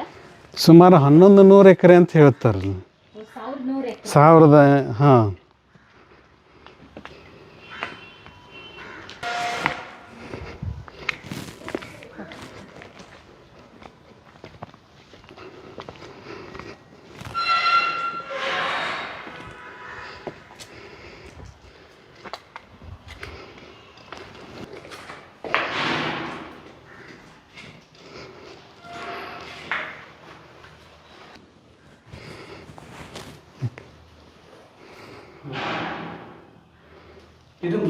ಮುದಿ ಮಲ್ಲಪ್ಪ ದೇಸಾಯರ ಅವ್ರ ಗದ್ದಿಗೆ ಇದು ರಾಜರ. ಇತಿಹಾಸದ ಪುಟಗಳಲ್ಲಿ ಮೂಲ ಪುರುಷನ ಬಗ್ಗೆ ಯಾವ ದಾಖಲೆಗಳು ಉಳ್ಕೊಂಡಿಲ್ಲ, ಉಲ್ಲೇಖ ಆಗಿಲ್ಲ. ಅಂದ್ರೆ ಅಲ್ಲಿಂದ ಬಂದರು ಅಂತ ಹೇಳ್ತಾರೆ. ಹಾಂ ಅಷ್ಟೇ. ಅಲ್ಲಿಂದ ಬಂದ ನಂತರ ಇಲ್ಲಿ ಗದ್ಗೆ ಎಲ್ಲ ಗದ್ದಿಗೆ ಆದಾಗ ಇಲ್ಲಿ ಮೂಲ ಏನು ಪುರುಷ ಬರ್ತಾರಲ್ಲ ಮುದಿ ಮಲ್ಲಪ್ಪ ಗೌಡ ದೇಸಾಯಿ ಅವರೆಲ್ಲ ಅವರದಿಂದ ಪ್ರಾರಂಭ ಆಗ್ತದೆ ಕಿತ್ತೂರಿನಲ್ಲಿ. ಹೀಗಾಗಿ ಅವ್ರ ಗದ್ದಿಗಳಿಂದ ಉಳ್ಕಿದ ಎಲ್ಲ ಅರಸರ ಗದ್ದಿಗಳೇ ಇದೆ. ಈ ಎಲ್ಲ ಗದ್ದಿಗೆ ಮೇಲೆ ಈಶ್ವರ ಲಿಂಗ ಅಥವಾ ಈಶ್ವರ ನಂದಿ ಇವೆಲ್ಲ ಇದಾವೆ. ಹಾಂ ಅವಾಗಿನ ಕಾಲದಾಗ ಅವ್ರು ತಿರ್ಕೊಂಡಾಗ ಒಂದು 6 ತಿಂಗಳು 1 ವರ್ಷದಕ್ಕೆ ಈ ಗದ್ದಿಗಳನ್ನು ಮಾಡ್ತಾರೆ ನಮ್ಮಲ್ಲಿ ಲಿಂಗಾಯತ ಪರಂಪರೆಯಲ್ಲಿ. ಎಲ್ಲವೂ ಕಲ್ಲಿಂದ ಇದೆ, ಹೆಚ್ಚು ಕಡಿಮೆ ಎಲ್ಲ ಕಲ್ಲಿಂದ ಇದೆ. ಅಂದ್ರೆ ಅವ್ರದ್ದು ದೊಡ್ಡ ತ್ಯಾಗ ಇದೆ. ಇವತ್ತಿಗೂ ಕೆಲವೊಂದು ನಾವೆಲ್ಲ ದೊಡ್ಡ ದೊಡ್ಡ ವ್ಯಕ್ತಿಗಳ ಸ್ಮಾರಕಗಳನ್ನೆಲ್ಲ ನೋಡ್ತೇವೆ. ಹಂಗೆ ಅರಸರ ಸ್ಮಾರಕಗಳು ಇವು. ಇವತ್ತಿಗೆ ಏನಾದ್ರು ಕಿತ್ತೂರು ಸಂಸ್ಥಾನ ಇತಿಹಾಸನ ಹೇಳಬೇಕಂತಂದ್ರೆ ಇವೇ ನಮಗೆ ಇತಿಹಾಸ ಹೇಳ್ತದೆ.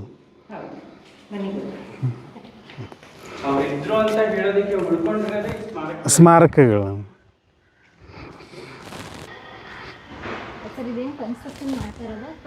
ಇದೆಲ್ಲ ಕಾಲೇಜ್ ಶಿಕ್ಷಣ ಸಂಸ್ಥೆಗಳೆಲ್ಲ ನಡೀತದೆ. ಹಾಂ ಮಠದ ಆವರಣದಲ್ಲಿ. ಹ್ಞೂ ಎಷ್ಟು ಸ್ಟ್ರೆಂತ್ ಇದೆ? ಸುಮಾರು ಒಂದು 2,000 ಮೇಲೆ ಅದಾರ ಮಕ್ಕಳು. 2,000. ಹ್ಞೂ ಎಲ್ಲಿಂದ ಬಂದಿದ್ದಾರೆ ಸರ್? ಇಲ್ಲೆಲ್ಲ ಇಲ್ಲಿ ಕಿತ್ತೂರು ಭಾಗದಲ್ಲಿ ಹಳ್ಳಿಗಳು ಜಾಸ್ತಿ ಇದೆ. ಸುಮಾರು 1 ಕಿಲೋಮೀಟ್ರು 2 ಕಿಲೋಮೀಟ್ರು 5 ಕಿಲೋಮೀಟ್ರು 7 ಕಿಲೋಮೀಟ್ರು ಸುಮಾರು ಒಂದು 10 ಕಿಲೋಮೀಟರ್ದಲ್ಲಿ ಒಂದು 30-40 ಹಳ್ಳಿಗಳನ್ನು ಬರ್ತವೆ. ಇಲ್ಲಿ ಹಾಸ್ಟೆಲ್ ವ್ಯವಸ್ಥೆನೇ ಇದೆಯಾ? ಹಾಸ್ಟೆಲ್ ಇಲ್ಲಿಲ್ಲ, ಈಗೆಲ್ಲ ಗೋರ್ಮೆಂಟದ್ದು ಮತ್ತು ಬಸ್ಸಿನ ಸೌಕರ್ಯಗಳು ಅದಾವೆ. ಹೀಗಾಗಿ ಮೊದಲು ಹಾಸ್ಟೆಲ್ ಇತ್ತು ನಮ್ಮ ಮಠದ ಪ್ರಸಾದ ನಿಲಯ ಅಂತೇಳಿ. ಈಗೆಲ್ಲ ಸವಲತ್ತುಗಳು ಬಂದಮೇಲೆ ಅದಲ್ಲಿ ಯಾವ ಹಾಸ್ಟೆಲ್ ಇಲ್ಲ.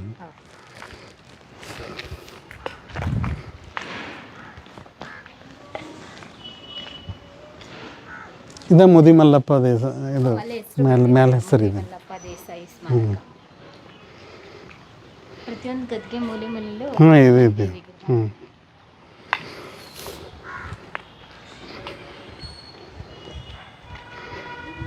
ಇಲ್ಲಿಯೂ 2 ಸಮಾಧಿಗಳದು.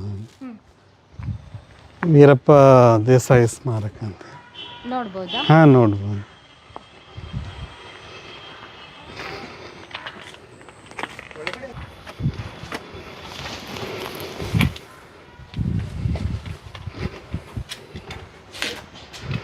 ಸ್ವಲ್ಪ ರಿಚ್ ಆಗಿದೆ ಕೆತ್ತನೆಗಳು. ಇದು ಚೆನ್ನಾಗಿದೆ. ಹೌದು, ತುಂಬಾ ಡಿಫರೆಂಟ್ ಆಗಿದೆ. ಡಿಫ್ರೆಂಟ್ ಆಗಿದೆ. ತುಂಬಾ ದೊಡ್ಡದಾಗಿದೆ. ಜನ ಎಲ್ಲ ಇದನ್ನು ಮಾಡ್ತಾರೆ ಇಲ್ಲಿ ಎಲ್ಲರೂ. ಸ್ಮಾರಕಗಳ ಬಗ್ಗೆ ಕಲ್ಪನೆನೇ ಇಲ್ಲ. ಹೌದು, ಹಾಳು ಮಾಡೋದೇ ಜಾಸ್ತಿ. ನಮ್ಮ ರಾಜರು ಮತ್ತೆ ಗುರುಗಳು ಮಾಡ್ಕೊಟ್ಟಂತದ್ದನ್ನ ಉಳಿಸ್ಕೊಳ್ಳೋಕೆ ಆಗ್ತಾ ಇಲ್ಲ.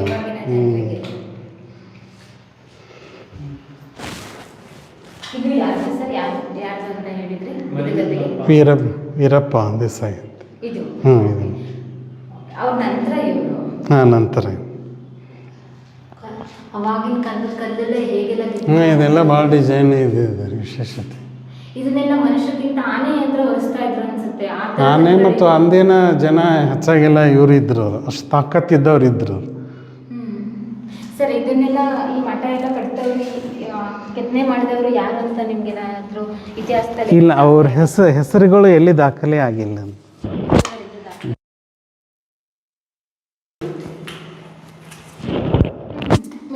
ಹಾಂ ಮೇಲೆ ಹೋಗ್ಬೋದು. Open terrace.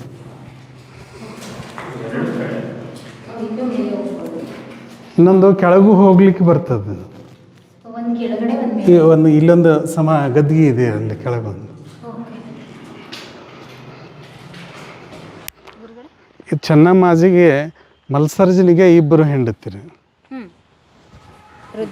ಚೆನ್ನಮ್ಮ ಮತ್ತು ರುದ್ರಮ್ಮ ಹಿರಿಯ ಹೆಂಡತಿ, ಚೆನ್ನಮ್ಮ 2ನೇದಕ್ಕಿ. ಆಕಿಗೆ ಒಬ್ಬ ಮಗ ಇರ್ತಾನೆ, ಅದೇ ಬಾಳ ಸಾಹೇಬ್ ಅಂತ ಚೆನ್ನಮ್ಮಾಜಿಗೆ. ಚೆನ್ನಮ್ಮಾಜಿ ಚಿಕ್ಕ ಸಣ್ಣವರಿದ್ದ ಅವ ಅಧಿಕಾರಕ್ಕೆ ಬರಲ್ಲ, ಕಂಕಣ ಕಟ್ಟಿದ್ರು ಅಂತ ಹೇಳ್ತಾರೆ ಅವರು. ಕಂಕಣಕ್ಕಂದ್ರೆ ಅವರು ಅಧಿಕಾರ ಸ್ವೀಕಾರ ಮಾಡೋ ಇದು ಇರಲ್ಲ, ಹಿರಿಯವನಿಗೆ ಬಿಟ್ಕೊಡ್ತಾರೆ. ಚೆನ್ನಮ್ಮಾಜಿ ಮಗಂದು ಸಮಾಧಿ. ಇದು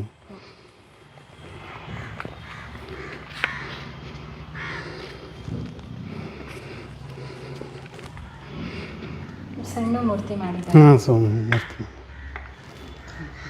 ಎಷ್ಟು ವರ್ಷ ಬದುಕಿದ್ರು ಚೆನ್ನಮ್ಮಾಜಿ ಮಗ? ಸುಮಾರು ಒಂದು 18 ವರ್ಷ ಇರ್ಬೋದು ಅಂತ ಅನ್ನಿಸ್ತದೆ. ಬಾಳ ಸಾಹೇಬ ಅಂತ. ಏನಕ್ಕೋಸ್ಕರ ಸರ್ ಅವ್ರಿಗೆ ಕಂಕಣ ಕಟ್ಟಿದ್ದು ಚೆನ್ನಮ್ಮಾಜಿ? ಅಂದರೆ ನೀವು ಅಧಿಕಾರ ವಹಿಸಲೇ ಏನು ಮೊದಲೇ ತಾಯಿ ಇರ್ತಾಳಲ್ಲ, ಅಂದ್ರೆ ರುದ್ರಮ್ಮನ ಮಗನಿಗೆ ಅಧಿಕಾರ ಹೋಗ್ಬೇಕು ಅನ್ನೋದು ಅವ್ರ ಇಚ್ಛೆ. ಇವಾಗ ಕಂಕಣ ಕಟ್ಟಿದ್ರೆ ಅವ್ರ ಮದುವೆ ಎಲ್ಲ ಆಗ್ಬೋದಿತ್ತು. ಮದುವೆ ಆಗ್ಬೋದು, ಎಲ್ಲ ಆಗ್ಬೋದು, ಆದರೆ ಅಧಿಕಾರ ನೀನು ಸ್ವೀಕಾರ ಮಾಡೋದು ಇಲ್ಲ ಅಂತ. ಹೆಂಗೆ ನೀವು ರಾಮಾಯಣದಲ್ಲಿ ಕೇಳ್ತಾರಲ್ಲ, ರಾಮ ಇಲ್ಲಲ್ಲೇ ನಾನು ಇದನ್ನು ಗದ್ದಿಗೆ ಕೊಂಡ್ರಲ್ಲ ಅಂತ ಹೇಳ್ತಾರಲ್ಲ, ಆ ಥರ ಅದು. ಅಂದರೆ ನಮ್ಮ ಭಾರತೀಯ ಪರಂಪರೆ ಏನಂದರೆ ಒಂದು ಕುಟುಂಬ ವ್ಯವಸ್ಥೆ ಇರ್ತದೆ. ಹಿರಿಯರು ಯಾರು ಇರ್ತಾರೆ ಅವ್ರಿಗೆ ಆದ್ಯತೆ ಜಾಸ್ತಿ. ಹಿರಿಯರು ಏನು ಹೇಳ್ತಾರೆ ಅದನ್ನು ನಡ್ಕೊಳ್ಳೋದು ನಮ್ಮ ಪರಂಪರೆ. ರಾಣಿ ಚೆನ್ನಮ್ಮಾಜಿಯನ್ನು ಮದುವೆ ಆಗಲಿಕ್ಕೆ ಆಕೆ ಆ ಶೂರ್ಯವನ್ನು ನೋಡಿ ಸಣ್ಣ ವಯಸ್ಸಿನಲ್ಲೇ ಅವರು ಒಂದು ದೇಶಗತಿ ಅದು. ಆಕೆ ಚೆನ್ನಮ್ಮಾಜಿ ಸಾಹಸ ಸೂರ್ಯ ಅದನ್ನು ನೋಡಿ ಒಂದು ಹುಲಿಯನ್ನು ಬೇಟೆ ಆಡಿರ್ತಾಳೆ ಚೆನ್ನಮ್ಮಾಜಿ. ಅದನ್ನು ಕಂಡು ಅವನಿಗೆ ಮಲ್ಸರ್ಜನಿಗೆ ಆಶ್ಚರ್ಯ ಆಗ್ತದೆ. ಓಹೋ, ಇಂಥ ಹೆಣ್ಮಗಳದಾಳ, ಈಕಿನ ಮದುವೆ ಆಗೋಣ ಅಂತೇಳಿ. ಮತ್ತು ಸೌಂದರ್ಯ ಇರ್ಬೋದು ಅಥವಾ ಆಗಿನ ಕಾಲದಾಗ ಅರಸರು ಎಷ್ಟು ಮದುವೆ ಆದರೂ ಆಗ್ಬೋದು ಅನ್ನೋದೊಂದು ಇತ್ತು. ಶೂರತನ ಮಲ್ಸ ಆಗಿದ್ದು.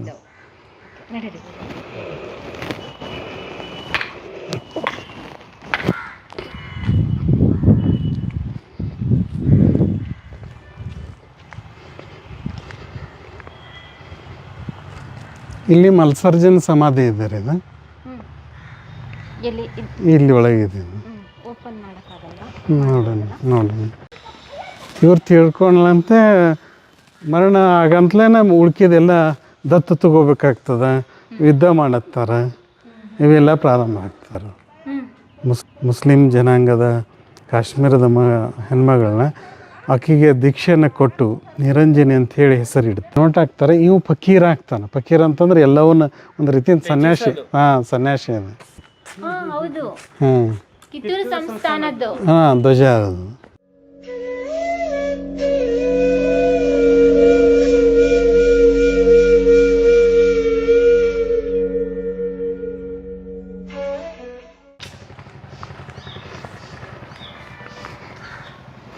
ಚೆನ್ನಮ್ಮಾಜಿ ಅವ್ರ ಗಂಡ. ಹಾಂ,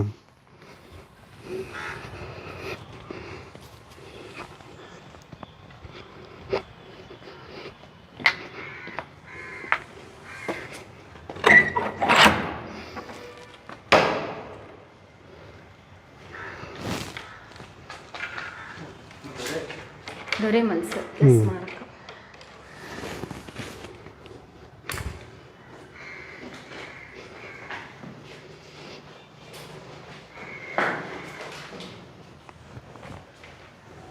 ಮಲ್ಲಸರ್ಜನ್ ಬಗ್ಗೆ ಇತಿಹಾಸ ಪುಟಗಳಲ್ಲಿ ದಾಖಲಾಗಿರುವಂಥ ಮಾಹಿತಿ ಅಂದರೆ ನಿಮ್ಮ ಇದರಲ್ಲಿ ರಾಜಗುರುಗಳ ಸಂಪ್ರದಾಯದಲ್ಲಿ ಏನಾದರೂ ದಾಖಲಿಸಿರೋದು ದೊರೆ ಮಲ್ಸರ್ಜನ್ ಕಾಲದಲ್ಲೇ ಈ ಸಂಸ್ಥಾನ ವಿಸ್ತಾರ ಆಗ್ತದೆ ಮತ್ತು ಸಮೃದ್ಧಿಯಾಗಿರ್ತದೆ, ಪ್ರಜೆಗಳಿಗೆ ಪ್ರಿಯ ಆಗಿರ್ತದೆ.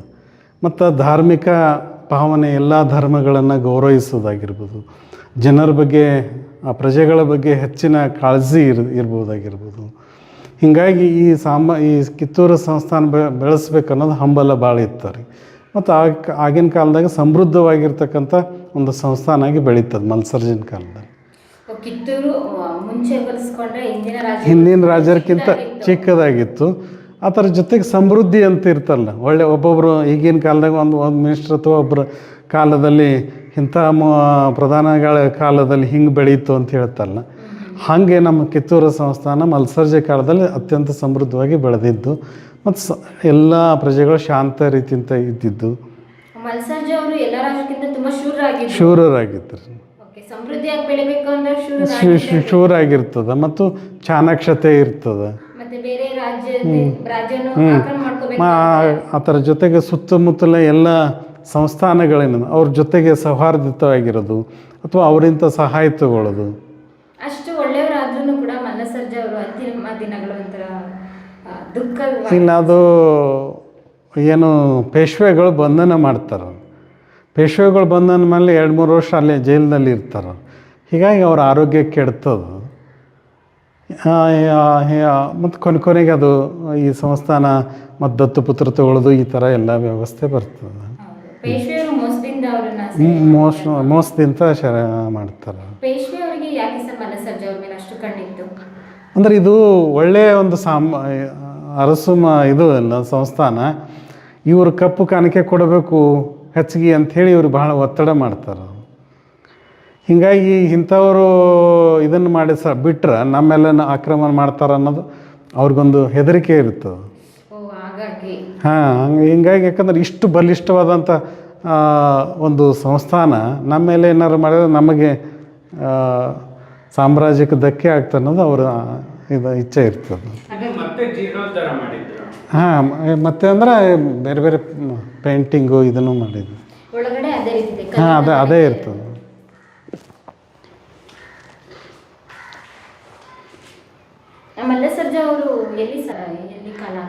ಅಂದರೆ ಇಲ್ಲಿ ಕಿತ್ತೂರು ಅವ್ರದ್ದೊಂದು ಕನಸು ಇರ್ತದೆ.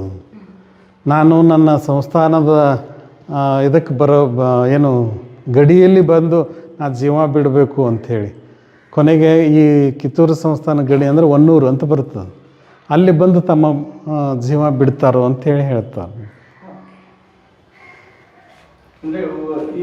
ಬೋರ್ಡ್ ನೋಡಿದಾಗ ಜಿನಾಲಜಿ ಆಫ್ ಕಿತ್ತೂರು ಕಿಂಗ್ಡಮ್ ಪ್ರಕಾರ ಸವಾಯಿ ಮಲ್ಲಸರ್ಜಂಗೆ ಲಾಸ್ಟ್, ಅದಾದ್ಮೇಲೆ ಅಡ್ಮಿನಿಸ್ಟ್ರೇಷನ್. ಸವಾಯಿ ಮಲ್ಸರ್ಜ ಅಂತಂದ್ರೆ ಅವ್ರಿಗೆ ಏನಾಗ್ತದೆ, ದತ್ತುಪುತ್ರ ಅವನು. ಅಂದರೆ ಶಿವಲಿಂಗ ಮಲ್ಸರ್ಜ ತೀರ್ಕೋತಾನೆ. ಮಲ್ಸರ್ಜನ ಮಗ ಶಿವಲಿಂಗ ಅವನು ಅನಾರೋಗ್ಯದಿಂದ ತೀರ್ಕೋತಾರ.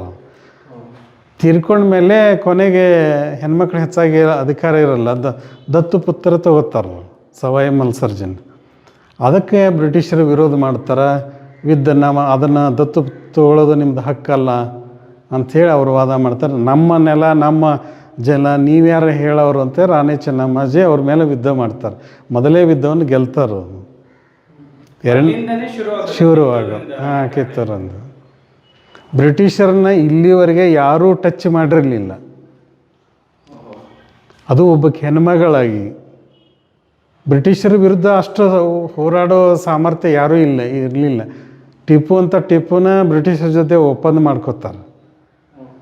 ಅಂಥದ್ರೊಳಗೆ ಕಿತ್ತೂರು ಸಣ್ಣ ಸಂಸ್ಥಾನದ ಒಬ್ಬ ರಾಣಿ ಬ್ರಿಟಿಷರ ವಿರುದ್ಧ ಯುದ್ಧ ಮಾಡಿ ಗೆಲ್ಲೋದು ಭಾಳ ಮುಖ್ಯ. ಮೊದಲೇ ಯುದ್ಧ ಗೆಲ್ತಾರೆ. ಆ ಥರ ವಿಜಯೋತ್ಸವವಾಗಿ ಪ್ರತಿ ವರ್ಷ ನಾವು ಅಕ್ಟೋಬರ್ 23ರಿಂದ ವಿಜಯೋತ್ಸವ ಅಂಥೇಳಿ ಆಚರಣೆ ಮಾಡ್ತೀವಿ. ಕಿತ್ತೂರು ಉತ್ಸವವನ್ನು ವಿಜಯೋತ್ಸವನಾಗಿ ಆಚರಣೆ ಮಾಡ್ತೀವಿ ಪ್ರತಿ ವರ್ಷ. ಅಕ್ಟೋಬರ್ 23ಗೆ ಮೊದಲೇ ಯುದ್ಧ ಗೆಲ್ತಾರೆ ಅವರು. ಅಂದಿನಿಂದ ಈ ಉತ್ಸವ ಇವಾಗ ಮೊದಲ ಇಲ್ಲಿ ಹಿರಿಯರು ಕೂಡಿ ಮಾಡ್ತಾಯಿದ್ರು, ಈಗ ಸರ್ಕಾರ ಅದನ್ನು ಉತ್ಸವ ಮಾಡ್ತಾಯಿದ್ರು.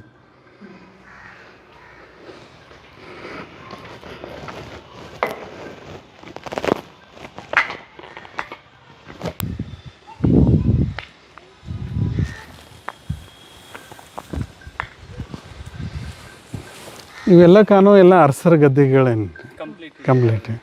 ಅಂದ್ರೆ ಒಂದೊಂದು ಇದರಲ್ಲಿ ಎರಡೆರಡೂ ಅದಾವ್ರು. ಈಗ ಅಲ್ಲಿ ಕಂಡ್ರಲ್ಲಿ ಇಲ್ಲೇ ಎರಡು ಅದು ಬೇರೆ ಬೇರೆ ಇವದು. ಈ ದತ್ತುಪುತ್ರದ ಅದು ಇಲ್ಲ, ಯಾಕಂದ್ರೆ ಯುದ್ಧ ಆಗ್ತದಲ್ರಿ. ಈ ಯುದ್ಧ ಆಗಿ ಅವರೆಲ್ಲ ಹೊರಗೆ ಉಳಿತಾರೆ. ಸಂಗೊಳ್ಳಿ ರಾಯಣ್ಣನ ಒಂದು ನೇತೃತ್ವದಲ್ಲಿ ಅವನ್ನ ದತ್ತುಪುತ್ರನ ಸಂರಕ್ಷಣೆ ಮಾಡಬೇಕು, ಅವ್ರನ್ನ ಇಟ್ಕೊಂಡು ಮುಂದೆ ಸ್ವಾತಂತ್ರ್ಯ ಹೋರಾಟ ಪ್ರಾರಂಭ ಮಾಡಬೇಕು ಅನ್ನೋದು ಒಂದು ಉದ್ದೇಶ ಇಟ್ಕೊಂಡು ಅದೊಂದು ಟೀಮ್ ಮಾಡ್ತಾರೆ. ಬ್ರಿಟಿಷ್ ಅವರಿಗೆಲ್ಲ ತೊಂದರೆ ಕೊಡ್ತಾರೆ, ಸಂಗೊಳ್ಳಿ ರಾಯಣ್ಣ ಬಂಧನ ಮಾಡ್ತಾರೆ, ಗಲ್ಲಿಗೆ ಹಾಕ್ತಾರೆ. ಇವೆಲ್ಲ ಆಗ್ತದೆ. ಅಂದರೆ ಅವನು ದತ್ತುಪುತ್ರ ಇಲ್ಲಿ ಬರಲಿಕ್ಕೆ ಅವಕಾಶ ಮಾಡಿಕೊಡಲ್ಲ ಅವರು ಬ್ರಿಟಿಷರು. ಇದೆ ಶಿವಲಿಂಗ ಮಲ್ಸರ್ಜಿ. ರುದ್ರಮಾಜಿ ಮಗ. ಹಾಂ, ರುದ್ರಮಾಜಿ ಮಗ. ಇವ್ರು ತಿಳ್ಕೊಳ್ಳಂತೆ ಮರಣ ಆಗಂತಲೇ ಉಳ್ಕಿದೆಲ್ಲ ದತ್ತು ತಗೋಬೇಕಾಗ್ತದೆ, ಯುದ್ಧ ಮಾಡತ್ತಾರೆ. ಇವೆಲ್ಲ ಪ್ರಾರಂಭ ಆಗ್ತದೆ.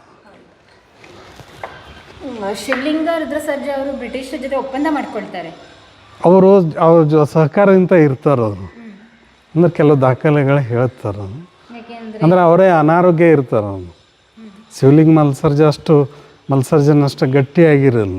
ಅನಾರೋಗ್ಯ ಇರೋದ್ರಿಂದ ಅವ್ರ ಜೊತೆಗೆ ಎಲ್ಲಿ ಬಿದ್ದ ಅಂಥೇಳಿ ಒಪ್ಪಂದ ಒಳಗೆ ಇರ್ತಾರೆ.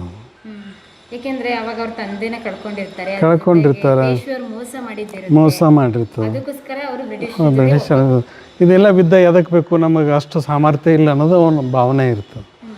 ಆದ್ರೆ ಚೆನ್ನಮ್ಮಾಜಿಗೆ ಇದು ಇರಲ್ಲ. ನಮ್ಮ ಹಕ್ಕನ್ನು ನಾವು ಯಾಕೆ ಅವ್ರಿಗೆ ಕೊಡಬೇಕು, ನಮ್ಮ ಭೂಮಿ ಇರ್ತದೆ, ನಮ್ಮ ಇದರ ನಿಮಗೆ ಹೇಳಿದಂಗೆ ನಿಮ್ಮ ಕಾಯ್ದೆಯನ್ನು ನಾವು ಅಳವಡಿಸೋಕ್ಕಾಗಲ್ಲ ಅಂಥೇಳಿ ರೊಚ್ಚಿಗೆ ಹೇಳ್ತಾರೆ. ಅಲ್ಲಿಂದ ಪ್ರಾರಂಭ ಆಗ್ತದೆ.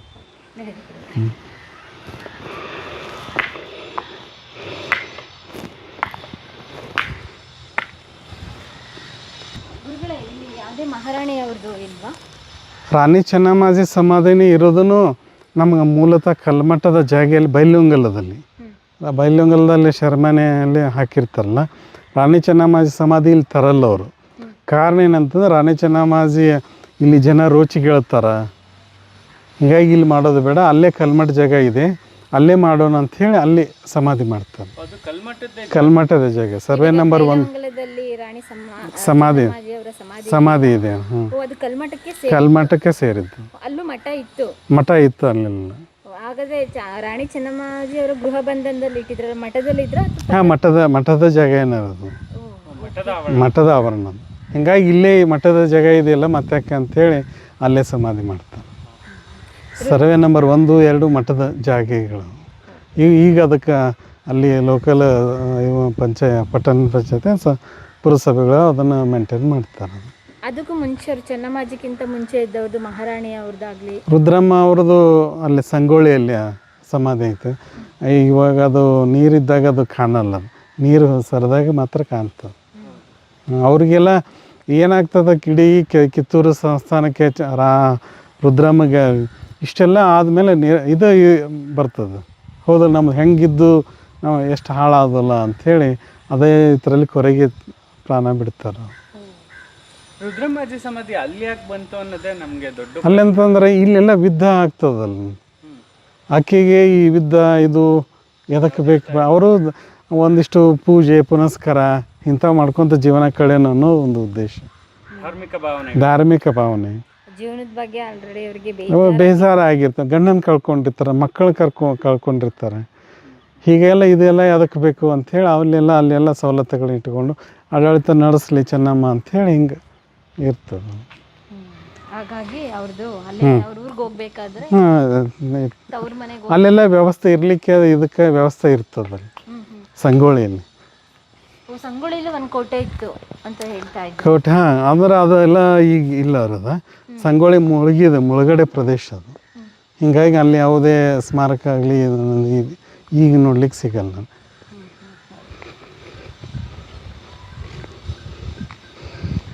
ಅಲ್ಲ ಗುರುಗಳೇ, ಇದು ಮಠಕ್ಕೆ ಅಟ್ಯಾಚ್ ಆಗಂಗೆನೆ ಗದಿಗೆನ ಕಟ್ಟಿದ್ದಾರೆ. ಹಾಂ, ಅದು ಮಠದ ಅವು ಗುರುಗಳ ಪಾದಸ್ಪರ್ಶ ಸದಾ ಇರಬೇಕು ಅನ್ನೋದು ಆಶೆ.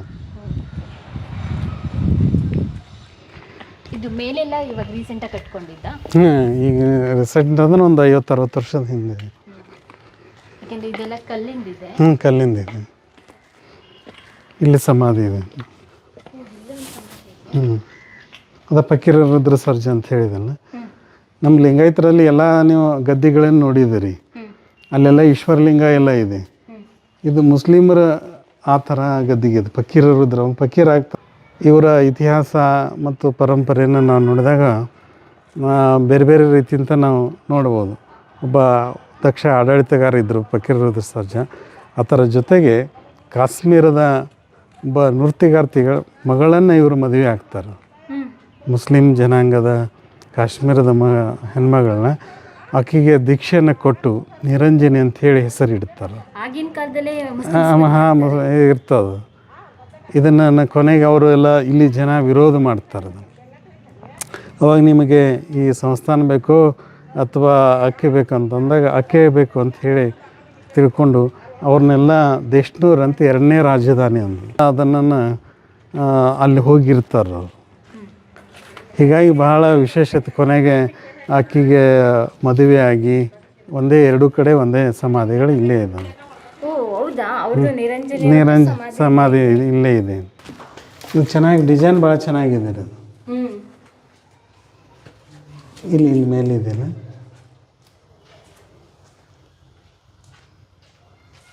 ಅಂದ್ರೆ ಈಗ ಸಮಾಧಿಗಳು ಯಾವ ರೀತಿ ಇರಬೇಕಿತ್ತು ಅಂತ ಅವರೇ ನಿರ್ಧಾರ ಮಾಡ್ತಾರೆ. ಹೆಚ್ಚಾಗಿಲ್ಲ ನಮ್ಮ ಲಿಂಗಾಯತ ಪರಂಪರೆಯಲ್ಲಿ ಸಮಾಧಿಗಳ ಕಟ್ಟಿ ಅದಕ್ಕೆ ಮೇಲೆ ಒಂದು ಈಶ್ವರಲಿಂಗ ಇಡ್ತಾರೆ.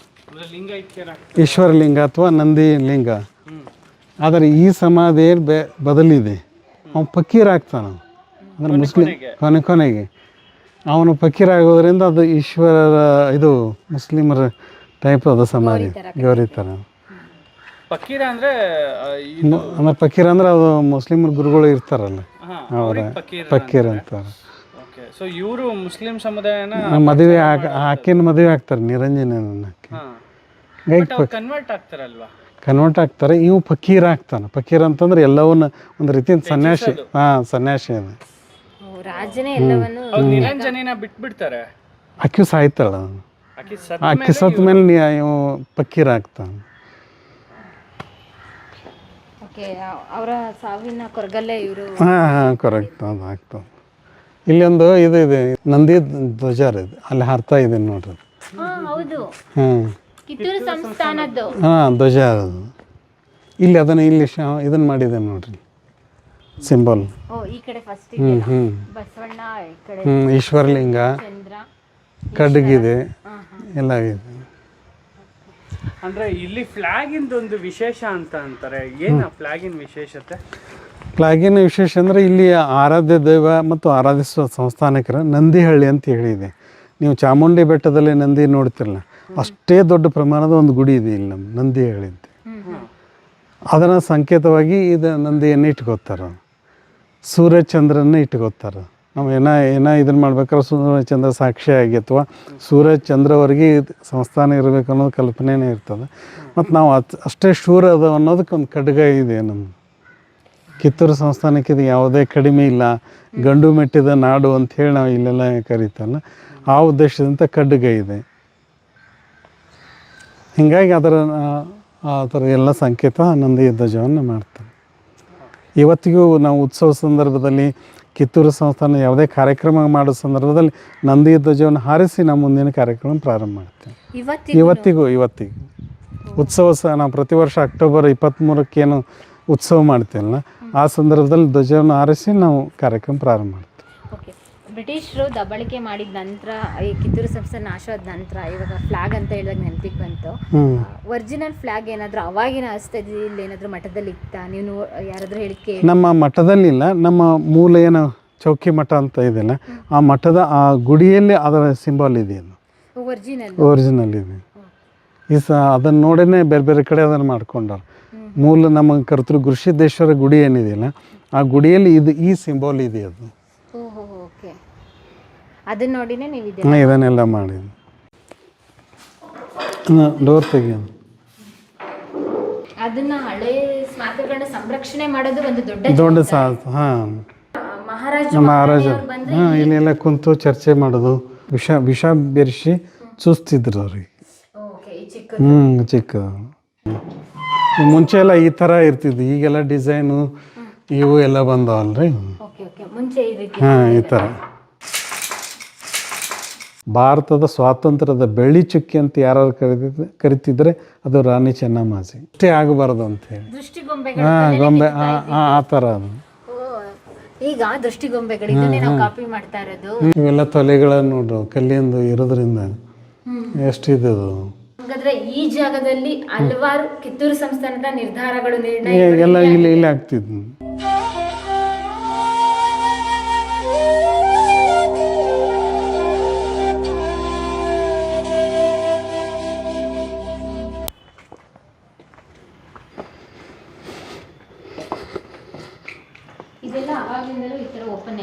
ಓಪನ್ ಇದೆ. ಗಣೇಶನ ಇದು ವಿಗ್ರಹ ಅವಾಗಲೇ ಇತ್ತಾ? ಇದೆಲ್ಲ ಮುಂಚೆ ಇದ್ದಿತ್ತು. ಇದೆಲ್ಲ ಅವಾಗಿನ ಕಾಲಕ್ಕೇ ಮಠ ಕಟ್ಟಿದ್ದು. ನಾವು ಸಣ್ಣ ಪುಟ್ಟ ಬದಲಾವಣೆ ಮಾಡ್ಕೊಂಡೇವೆ ಹೊರತಾಗಿ ಬೇರೆ ಏನೋ ಚೇಂಜ್ ಮಾಡಿದ್ವಿ. ಅಂದರೆ ಈ ಸ್ಮಾರಕಗಳು ಉಳಿಬೇಕು ಅನ್ನೋದು ನಮ್ಮ ಉದ್ದೇಶ. ಸ್ಮಾರಕಗಳು ಉಳಿದು ಅಂದರೆ ಈ ಥರ ಇತಿಹಾಸ ಹೇಳಲಿಕ್ಕೆ, ಅಥವಾ ಇದೆ ನಾವು ಇಡೀ ಸಂಸ್ಥಾನ ಹಾಳಾಗಿ ಹೋಗಿಬಿಟ್ಟಿದ್ದೆ. ಇದು ಅದ್ರ ಕುರು ಏನೇನಿತ್ತು ಅನ್ನೋದಕ್ಕೆ ನಮ್ಮ ಕಲ್ಮಠ ಇದೆ, ಸ್ಮಾರಕಗಳಿದಾವೆ, ಕೋಟೆಯನ್ನು ನೀವೆಲ್ಲ ನೋಡ್ತೀರಿ.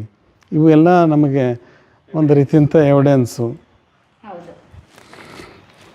ಅದನ್ನ ಹಳೆ ಸ್ಮಾರಕಗಳನ್ನ ಸಂರಕ್ಷಣೆ ಮಾಡೋದು ಒಂದು ದೊಡ್ಡ ದೊಡ್ಡ ಸಾಹಸ. ಹಾಂ,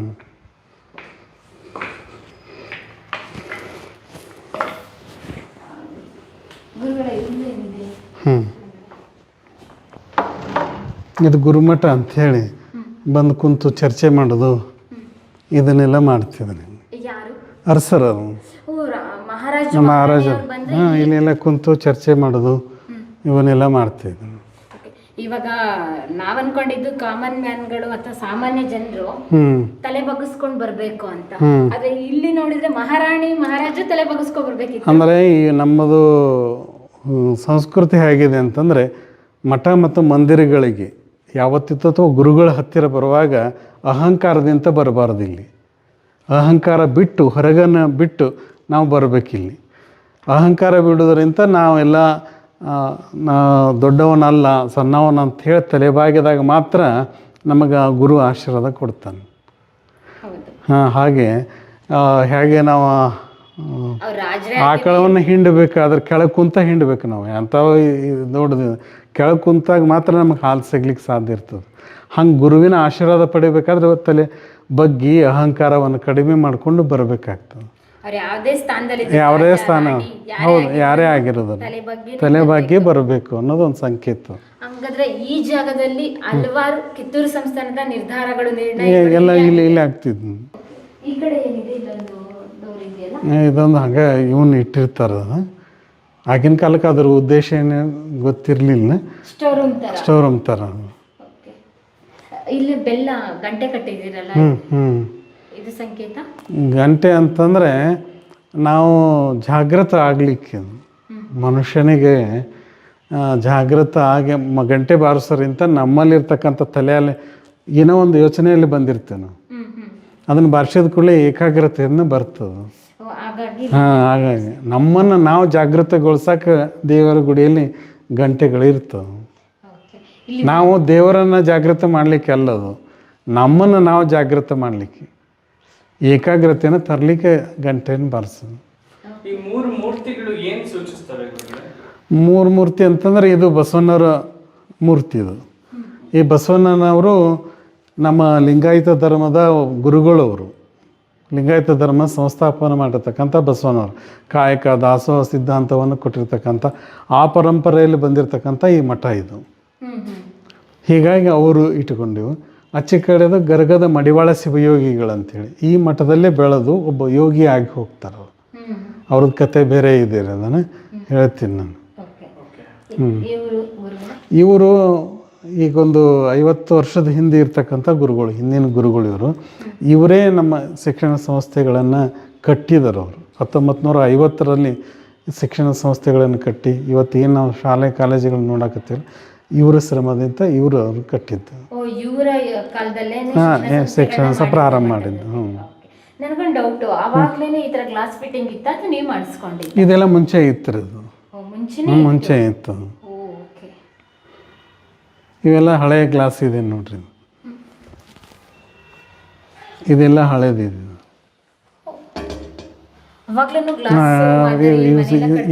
ಇತ್ತಂತ ಡೋರ್ ಈಗ ಒಂದು ಸ್ವಲ್ಪ ಚೇಂಜಸ್ ಆಗಿರ್ತವೆ ಅಷ್ಟೇ. ಇದೆಲ್ಲ ಸೈಡ್ ಇದೆಯಲ್ಲ ಅದು ಇದೆಲ್ಲ ಹಳೆಯದು. ಇದು ಇವೆಲ್ಲ ಕಿಟಕಿ ಇದೆ, ಇವೆಲ್ಲ ಹಳೆಯ ಡಿಸೈನ್. ತುಂಬಾ ಚೆನ್ನಾಗಿದೆ ಸರ್. ಹಳೆಯದು ಇದು ಮರದೋಕೆ ಕಲ್ಲಿಗೆ ನೋಡಿದ್ರೆ ನಮಗೆ ಆಶ್ಚರ್ಯ. ಇವೆಲ್ಲ ಬೇರೆ ಬೇರೆ ಡಿಸೈನ್ ಇದೆ ನೋಡಿ. ಫ್ಲವರ್ ಎಲ್ಲ ಮಾಡಿದಾರೆ. ಅಲ್ಲೊಂದು ಪೇಂಟಿಂಗ್ ಇದೆ. ಎಲ್ಲ ಅರಸರುಗಳು ಗುರುಗಳ ಮಾರ್ಗದರ್ಶನ ತಗೋತಿದ್ರು ಅನ್ನೋದಕ್ಕೆ ಇದೊಂದು ನಿದರ್ಶನ. ಇಡೀ ಕುಟುಂಬ ಸಮೇತವಾಗಿ ಗುರುಗಳಿದ್ದಾರೆ. ಈ ಮಠದ ಗುರುಗಳು ಮಲ್ಸರ್ಜ, ರುದ್ರಮ್ಮ, ಚೆನ್ನಮ್ಮಾಜಿ, ಶಿವಲಿಂಗ ಮಲ್ಸರ್ಜ, ಮಂತ್ರಿಗಳು. ಹೀಗಾಗಿ ಎಲ್ಲರೂ ಅವರ ದರ್ಶನ ತಗೋತಿದ್ರು.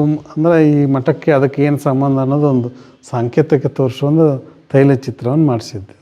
ಇವಾಗ ನೀವು ಹೇಳಿದ್ರೆ ಇಲ್ಲಿ ಧರ್ಮಗುರುಗಳು ಇಲ್ಲೆಲ್ಲ ಬರ್ತಿರ್ತಾರೆ ಈ ಥರ. ಇಲ್ಲಿ ರಾಜವಂಶಸ್ಥರು ಈ ಕಡೆ ಕೂತ್ಕೊಂಡ್ರೆ ಗುರುಗಳು ಅಲ್ಲಿ ಕೂತ್ಕೊಂಡು ಹೇಳ್ತಾ ಇದ್ದಿದ್ದು. ಈಗ ಹೆಂಗೆ ರಾಜಕಾರಣಿಗಳು ಬರ್ತಾರಲ್ಲ ಹಂಗೆ ಅವ್ರಿಗೆ ಗುರುಗಳು ಹತ್ತಿರ ಇದು ಇತ್ತು. ಗುರುಗಳು ಮಾಡಿದಷ್ಟು ಕೆಲಸನ ರಾಜಕಾರಣಿ ಮಾಡಿಲ್ಲ, ಅದು ಬೇರೆ ಚರ್ಚೆ ಆಗ್ತದೆ ಮೇಡಮ್. ಇದು ನೀವೇ ಮಾಡಿಸಿದ ಯಾರಾದರೂ? ಹಾಂ, ಇದು ಚೆನ್ನಮ್ಮಾಜಿ ಅಂದ್ರೆ ಗುರುಗಳ ಮಠ ಅಂತಲೇ ಚೆನ್ನಮ್ಮಾಜಿ ಮೂರ್ತಿ ಇರಬೇಕು ಮಠದಲ್ಲಿ ಅಂಥೇಳಿ ಉದ್ದೇಶದಿಂದ ಈ ಮೂರ್ತಿ ಇತ್ತೀಚೆಗೆ ಮಾಡಿಸಿದ್ವಿ. ತುಂಬ ಚೆನ್ನಾಗಿದೆ.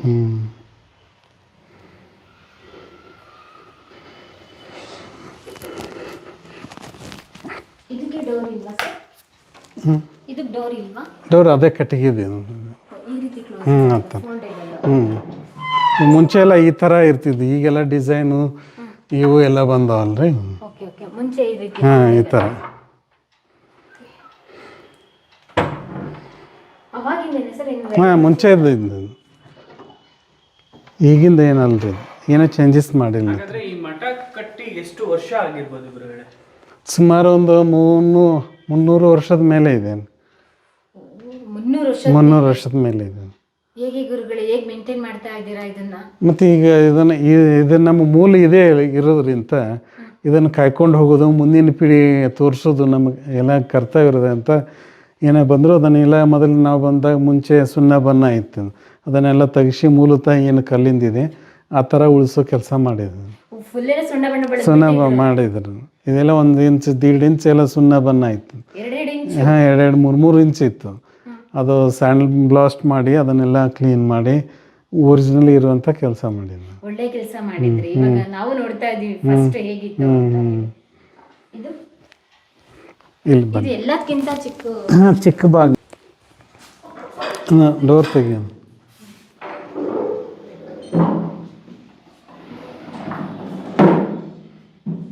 ಇಲ್ಲಿ ಬರ್ರಿ. ಏನು ಫಕೀರ ರುದ್ರ ಸರ್ಜನ್ ಸಮಾಧಿ ನೋಡಿದ್ರಲ್ಲ, ಅದು ಡಿಸೈನ್ ಅದು ಇತ್ತಲ್ಲ, ಇದ್ರ ಕೆಳಗಿದೆ. ಗದೆ ಮೇಲಿದೆ. ಇದೆಲ್ಲ ಇಲ್ಲೆಲ್ಲ ಡಿಸೈನ್ ಎಲ್ಲ ಎಷ್ಟು ಚಂದ ಮಾಡಿದ್ರು ಕಲ್ಲಿನಲ್ಲಿ. ಅವಾಗಿನ ಕಲೆಗಾರಿಗೆ ಅದಕ್ಕೆ ಕೇಳ್ತಾ ಇದೀನಿ, ಯಾರು ಇದನ್ನೆಲ್ಲ ಮಾಡಿದ್ದು ಅಂತ. ಅವ್ರ ಹೆಸರೇ ಎಲ್ಲಿ ದಾಖಲ ಇಲ್ಲ. ಸಕ್ಕದಾಗಿ ಮಾಡಿದ್ದಾರೆ ನೋಡಿ. ಇವಾಗ ಅದನ್ನ ನಾನು ಮರದ ಕೆತ್ತನೆ ಮಾಡ್ತೀನಿ ಆಗಲ್ಲಪ್ಪ ಅಂತ ಹೇಳ್ತಾರೆ. ಎಷ್ಟೋ ದುಡ್ಡು ಕೇಳ್ತಾರೆ, ಎಷ್ಟೋ ಮಿಷನ್ ಬಂದ್ರು ಅಷ್ಟು ಅಚ್ಚುಕಟ್ಟಾಗಿ ಮಾಡ್ಲಿಕ್ಕೆ ಸಾಧ್ಯ ಇಲ್ಲ. ಹೌದು. ಇವೆಲ್ಲ ತೊಲೆಗಳ ನೋಡ್ರು ಕಲ್ಲಿಂದು ಇರೋದ್ರಿಂದ ಎಷ್ಟಿದೆ ಇದು ಮಠಕ್ಕೆ ಒಂದು ಆಧಾರ. ಪಿಲ್ಲರ್ಸ್ ಇದೆಲ್ಲ ಕೂತ್ಕೊಳ್ಳಿಕ್ಕೆ ಅಥವಾ ಚರ್ಚೆ ಮಾಡಲಿಕ್ಕೆ ಹಿಂಗೆ ಏನಾರು ಇರ್ಬೋದು ಇದು. ಅದಕ್ಕೆ ಇವಾಗ ಇದು ಓಪನ್ ಇದೆಯಲ್ಲ? ಹಾಂ, ಇದೆ ರೀ. ಇಲ್ಲೇ ಸಮಾಧಿಗಳಿದ್ದಾವೆ. ನಾವು ಆಗಲೇ ನೋಡಿದೆಲ್ಲ ಸಮಾಧಿ ಇದ್ದಾರೆ, ಈ ಥರ ಮೇಲೆ ಇದೆ. ಇಲ್ಲೇ ಇದೆ. ಹಾಂ, ಇದು ಸಮಾಧಿಗಳು, ಅದ್ರ ಮೇಲೆ ಇದೆಲ್ಲ ಮಠ ಇದೆ. ಇದೇನಿದು ಕೆತ್ತನೆ? ಇದು ಡಿಫ್ರೆಂಟ್ ಆಗಿದೆಯಲ್ಲ. ಇದು ಯಾವುದೇ ರೀತಿಯಿಂದ ಇದು ಆಗಬಾರ್ದು ಅಂತ ನದರ್ ಅಂತಾರಲ್ಲ, ದೃಷ್ಟಿ ಆಗಬಾರ್ದು ಅಂತೇಳಿ. ಹಾಂ, ಗೊಂಬೆ ಆ ಥರ ಅದು. ಈಗ ದೃಷ್ಟಿಗೊಂಬೆಗಳು ಇದನ್ನೇ ನಾವು ಕಾಪಿ ಮಾಡ್ತಾ ಇರೋದು. ದೊಡ್ಡ ಬಿಲ್ಡಿಂಗ್ ಗಳೆಲ್ಲ ಆಗ್ತಿವಲ್ಲ, ಈಗೆಲ್ಲ ರೆಡಿಮೇಡ್ ಚಿತ್ರಗಳು ಬರ್ತಾವಲ್ಲ, ಆ ಥರ ಇದ್ದಾರೆ.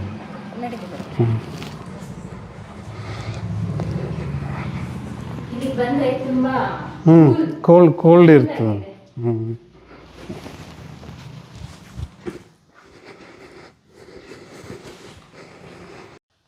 ಕಿತ್ತೂರು ಸಂಸ್ಥಾನ ಮತ್ತು ಇಷ್ಟು ಭಾರತ ದೇಶದ ಇತಿಹಾಸ ಪುಟದಲ್ಲಿ ಉಳಿಬೇಕಂದ್ರೆ ಮೂಲ ಕಾರಣ ಅಂತಂದರೆ ರಾಣಿ ಚೆನ್ನಮ್ಮಾಜಿಯವರು. ಒಬ್ಬ ಹೆಣ್ಮಗಳಾಗಿ ಕಿತ್ತೂರು ಸಂಸ್ಥಾನವನ್ನು ಉಳಿಸ್ಬೇಕು, ಇದು ಬ್ರಿಟಿಷರ ಮುಷ್ಟಿಯಲ್ಲಿ ಸಿಗಬಾರದು, ಆ ಉದ್ದೇಶದಿಂದ ಇದಕ್ಕೆ ಯಾವುದೇ ಸೊಪ್ಪನ್ನು ಹಾಕಬಾರ್ದು ಅಂಥೇಳಿ ದತ್ತುಪುತ್ರ ಏನು ತಗೋತಾರಲ್ಲ, ಇದು ದತ್ತುಪುತ್ರ ತಗೊಂಡ ಮೇಲೆ ಬ್ರಿಟಿಷರು ವಿರೋಧ ಮಾಡಲಿಕ್ಕೆ ಪ್ರಾರಂಭ ಮಾಡ್ತಾರೆ. ವಿರೋಧ ಮಾಡೋ ಸಂದರ್ಭದಲ್ಲಿ ಅದನ್ನು ರಾಣಿ ಚೆನ್ನಮ್ಮಾಜಿ ಕಠೋರವಾಗಿ ವಿರೋಧ ಮಾಡ್ತಾಳೆ.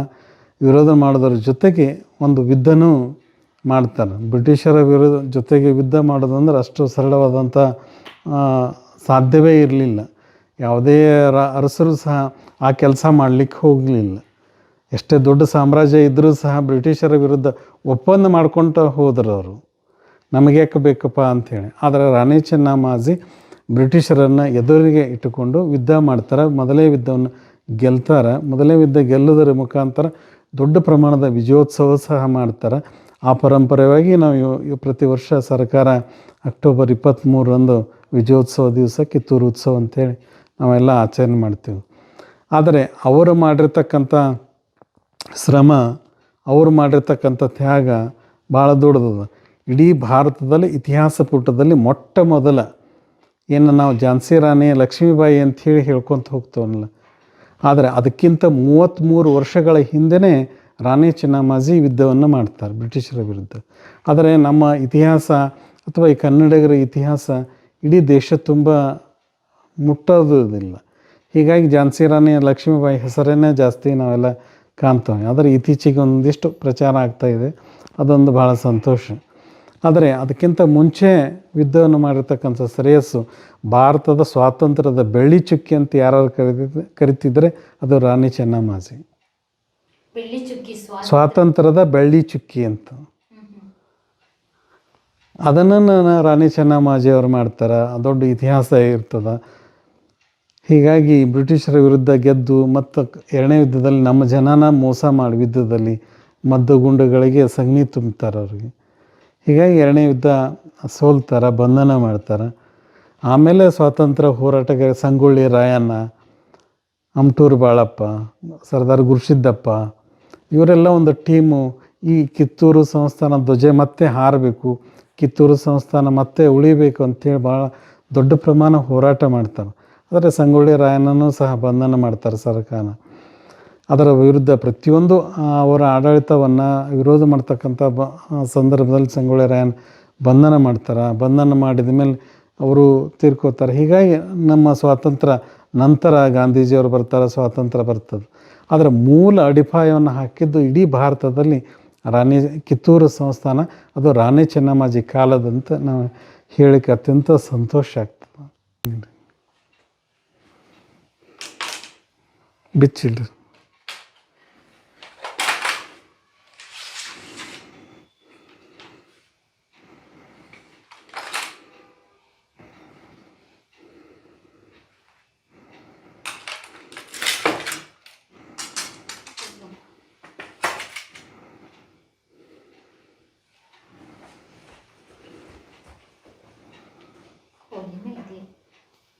ಮೋಸ್ಟ್ಲಿ ಇದು ರಾಜ್ಗುರುಗಳದ್ದು ಅನ್ಸುತ್ತಾ ಅಲ್ಲಿ ಇರಬೇಕು. ಹಾಂ, ಸಂರಕ್ಷಣೆಗಾಗಿ ಇದ್ರೂ ಇರ್ಬೋದು. ಅಂದ್ರೆ ಯಾಕೆಂದ್ರೆ ಅದು ಸ್ವಲ್ಪ ಡಿಸೈನ್ ಎಲ್ಲ ತುಂಬಾ ಚೇಂಜ್ ಇದೆ. ನಾರ್ಮಲ್ ಗಿಂತ ಚೇಂಜ್ ಇದೆ. ಡಿಫ್ರೆಂಟ್ ಇದೆ. ಹಾಂ, ಹಳೇದು. ಅಂದ್ರೆ ಕೆಲವೊಂದು ಸಂರಕ್ಷಣೆ ಮಾಡೋ ಒಂದು ಇದರಲ್ಲಿ ಪೇಪರ್ದಲ್ಲಿ ಹಾಕಿ ಇಟ್ಟಿರ್ತಾರಲ್ಲ.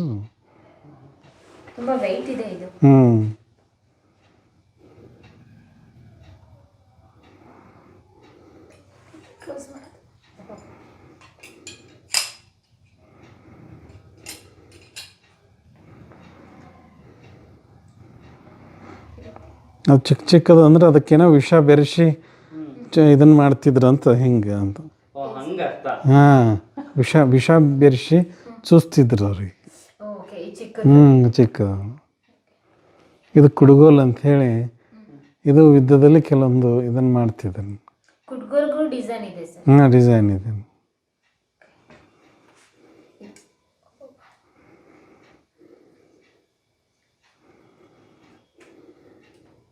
ಇದು ಮೇಲೆ ಹಾಕಿದ್ರಲ್ಲ, ಇದು ಕೋಟೆ ಯಾವ್ದ್ರದ್ದು ಏನಾದರೂ ಐಡಿಯಾಸ್ ಇದೆ? ಅವಾಗೆಲ್ಲ ಇನ್ನೇನು ಇರಲಿಲ್ಲ, ಚರ್ಮ ಒಂದೇ ಇರಬಹುದು, ಕಟ್ಟಿಗೆ ಇರಬಹುದು.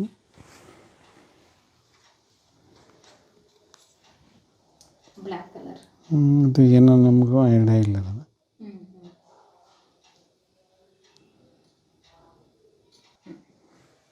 ಸಾಕು.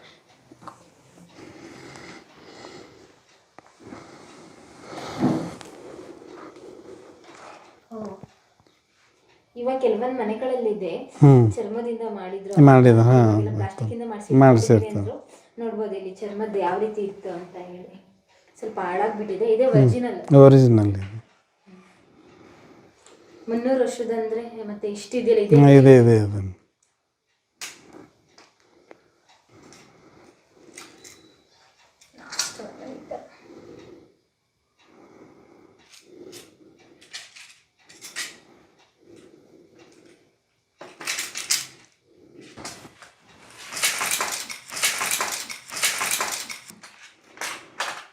ಹಿಂಗೆ ಇಟ್ಕೊಳ್ಳೋದು. ಕ್ಲೋಸ್ ಮಾಡ್ಕೊಂಡು ಹಿಂಗೆ ಇಟ್ಕೊಂಡು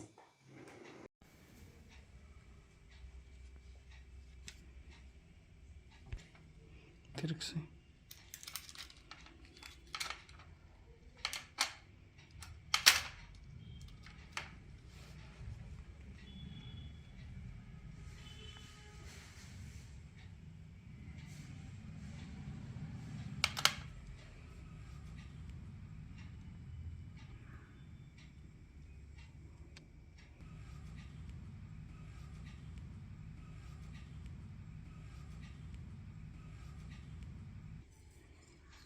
ಸಂಸ್ಥಾನ ಸಂಬಂಧಪಟ್ಟದ್ದು.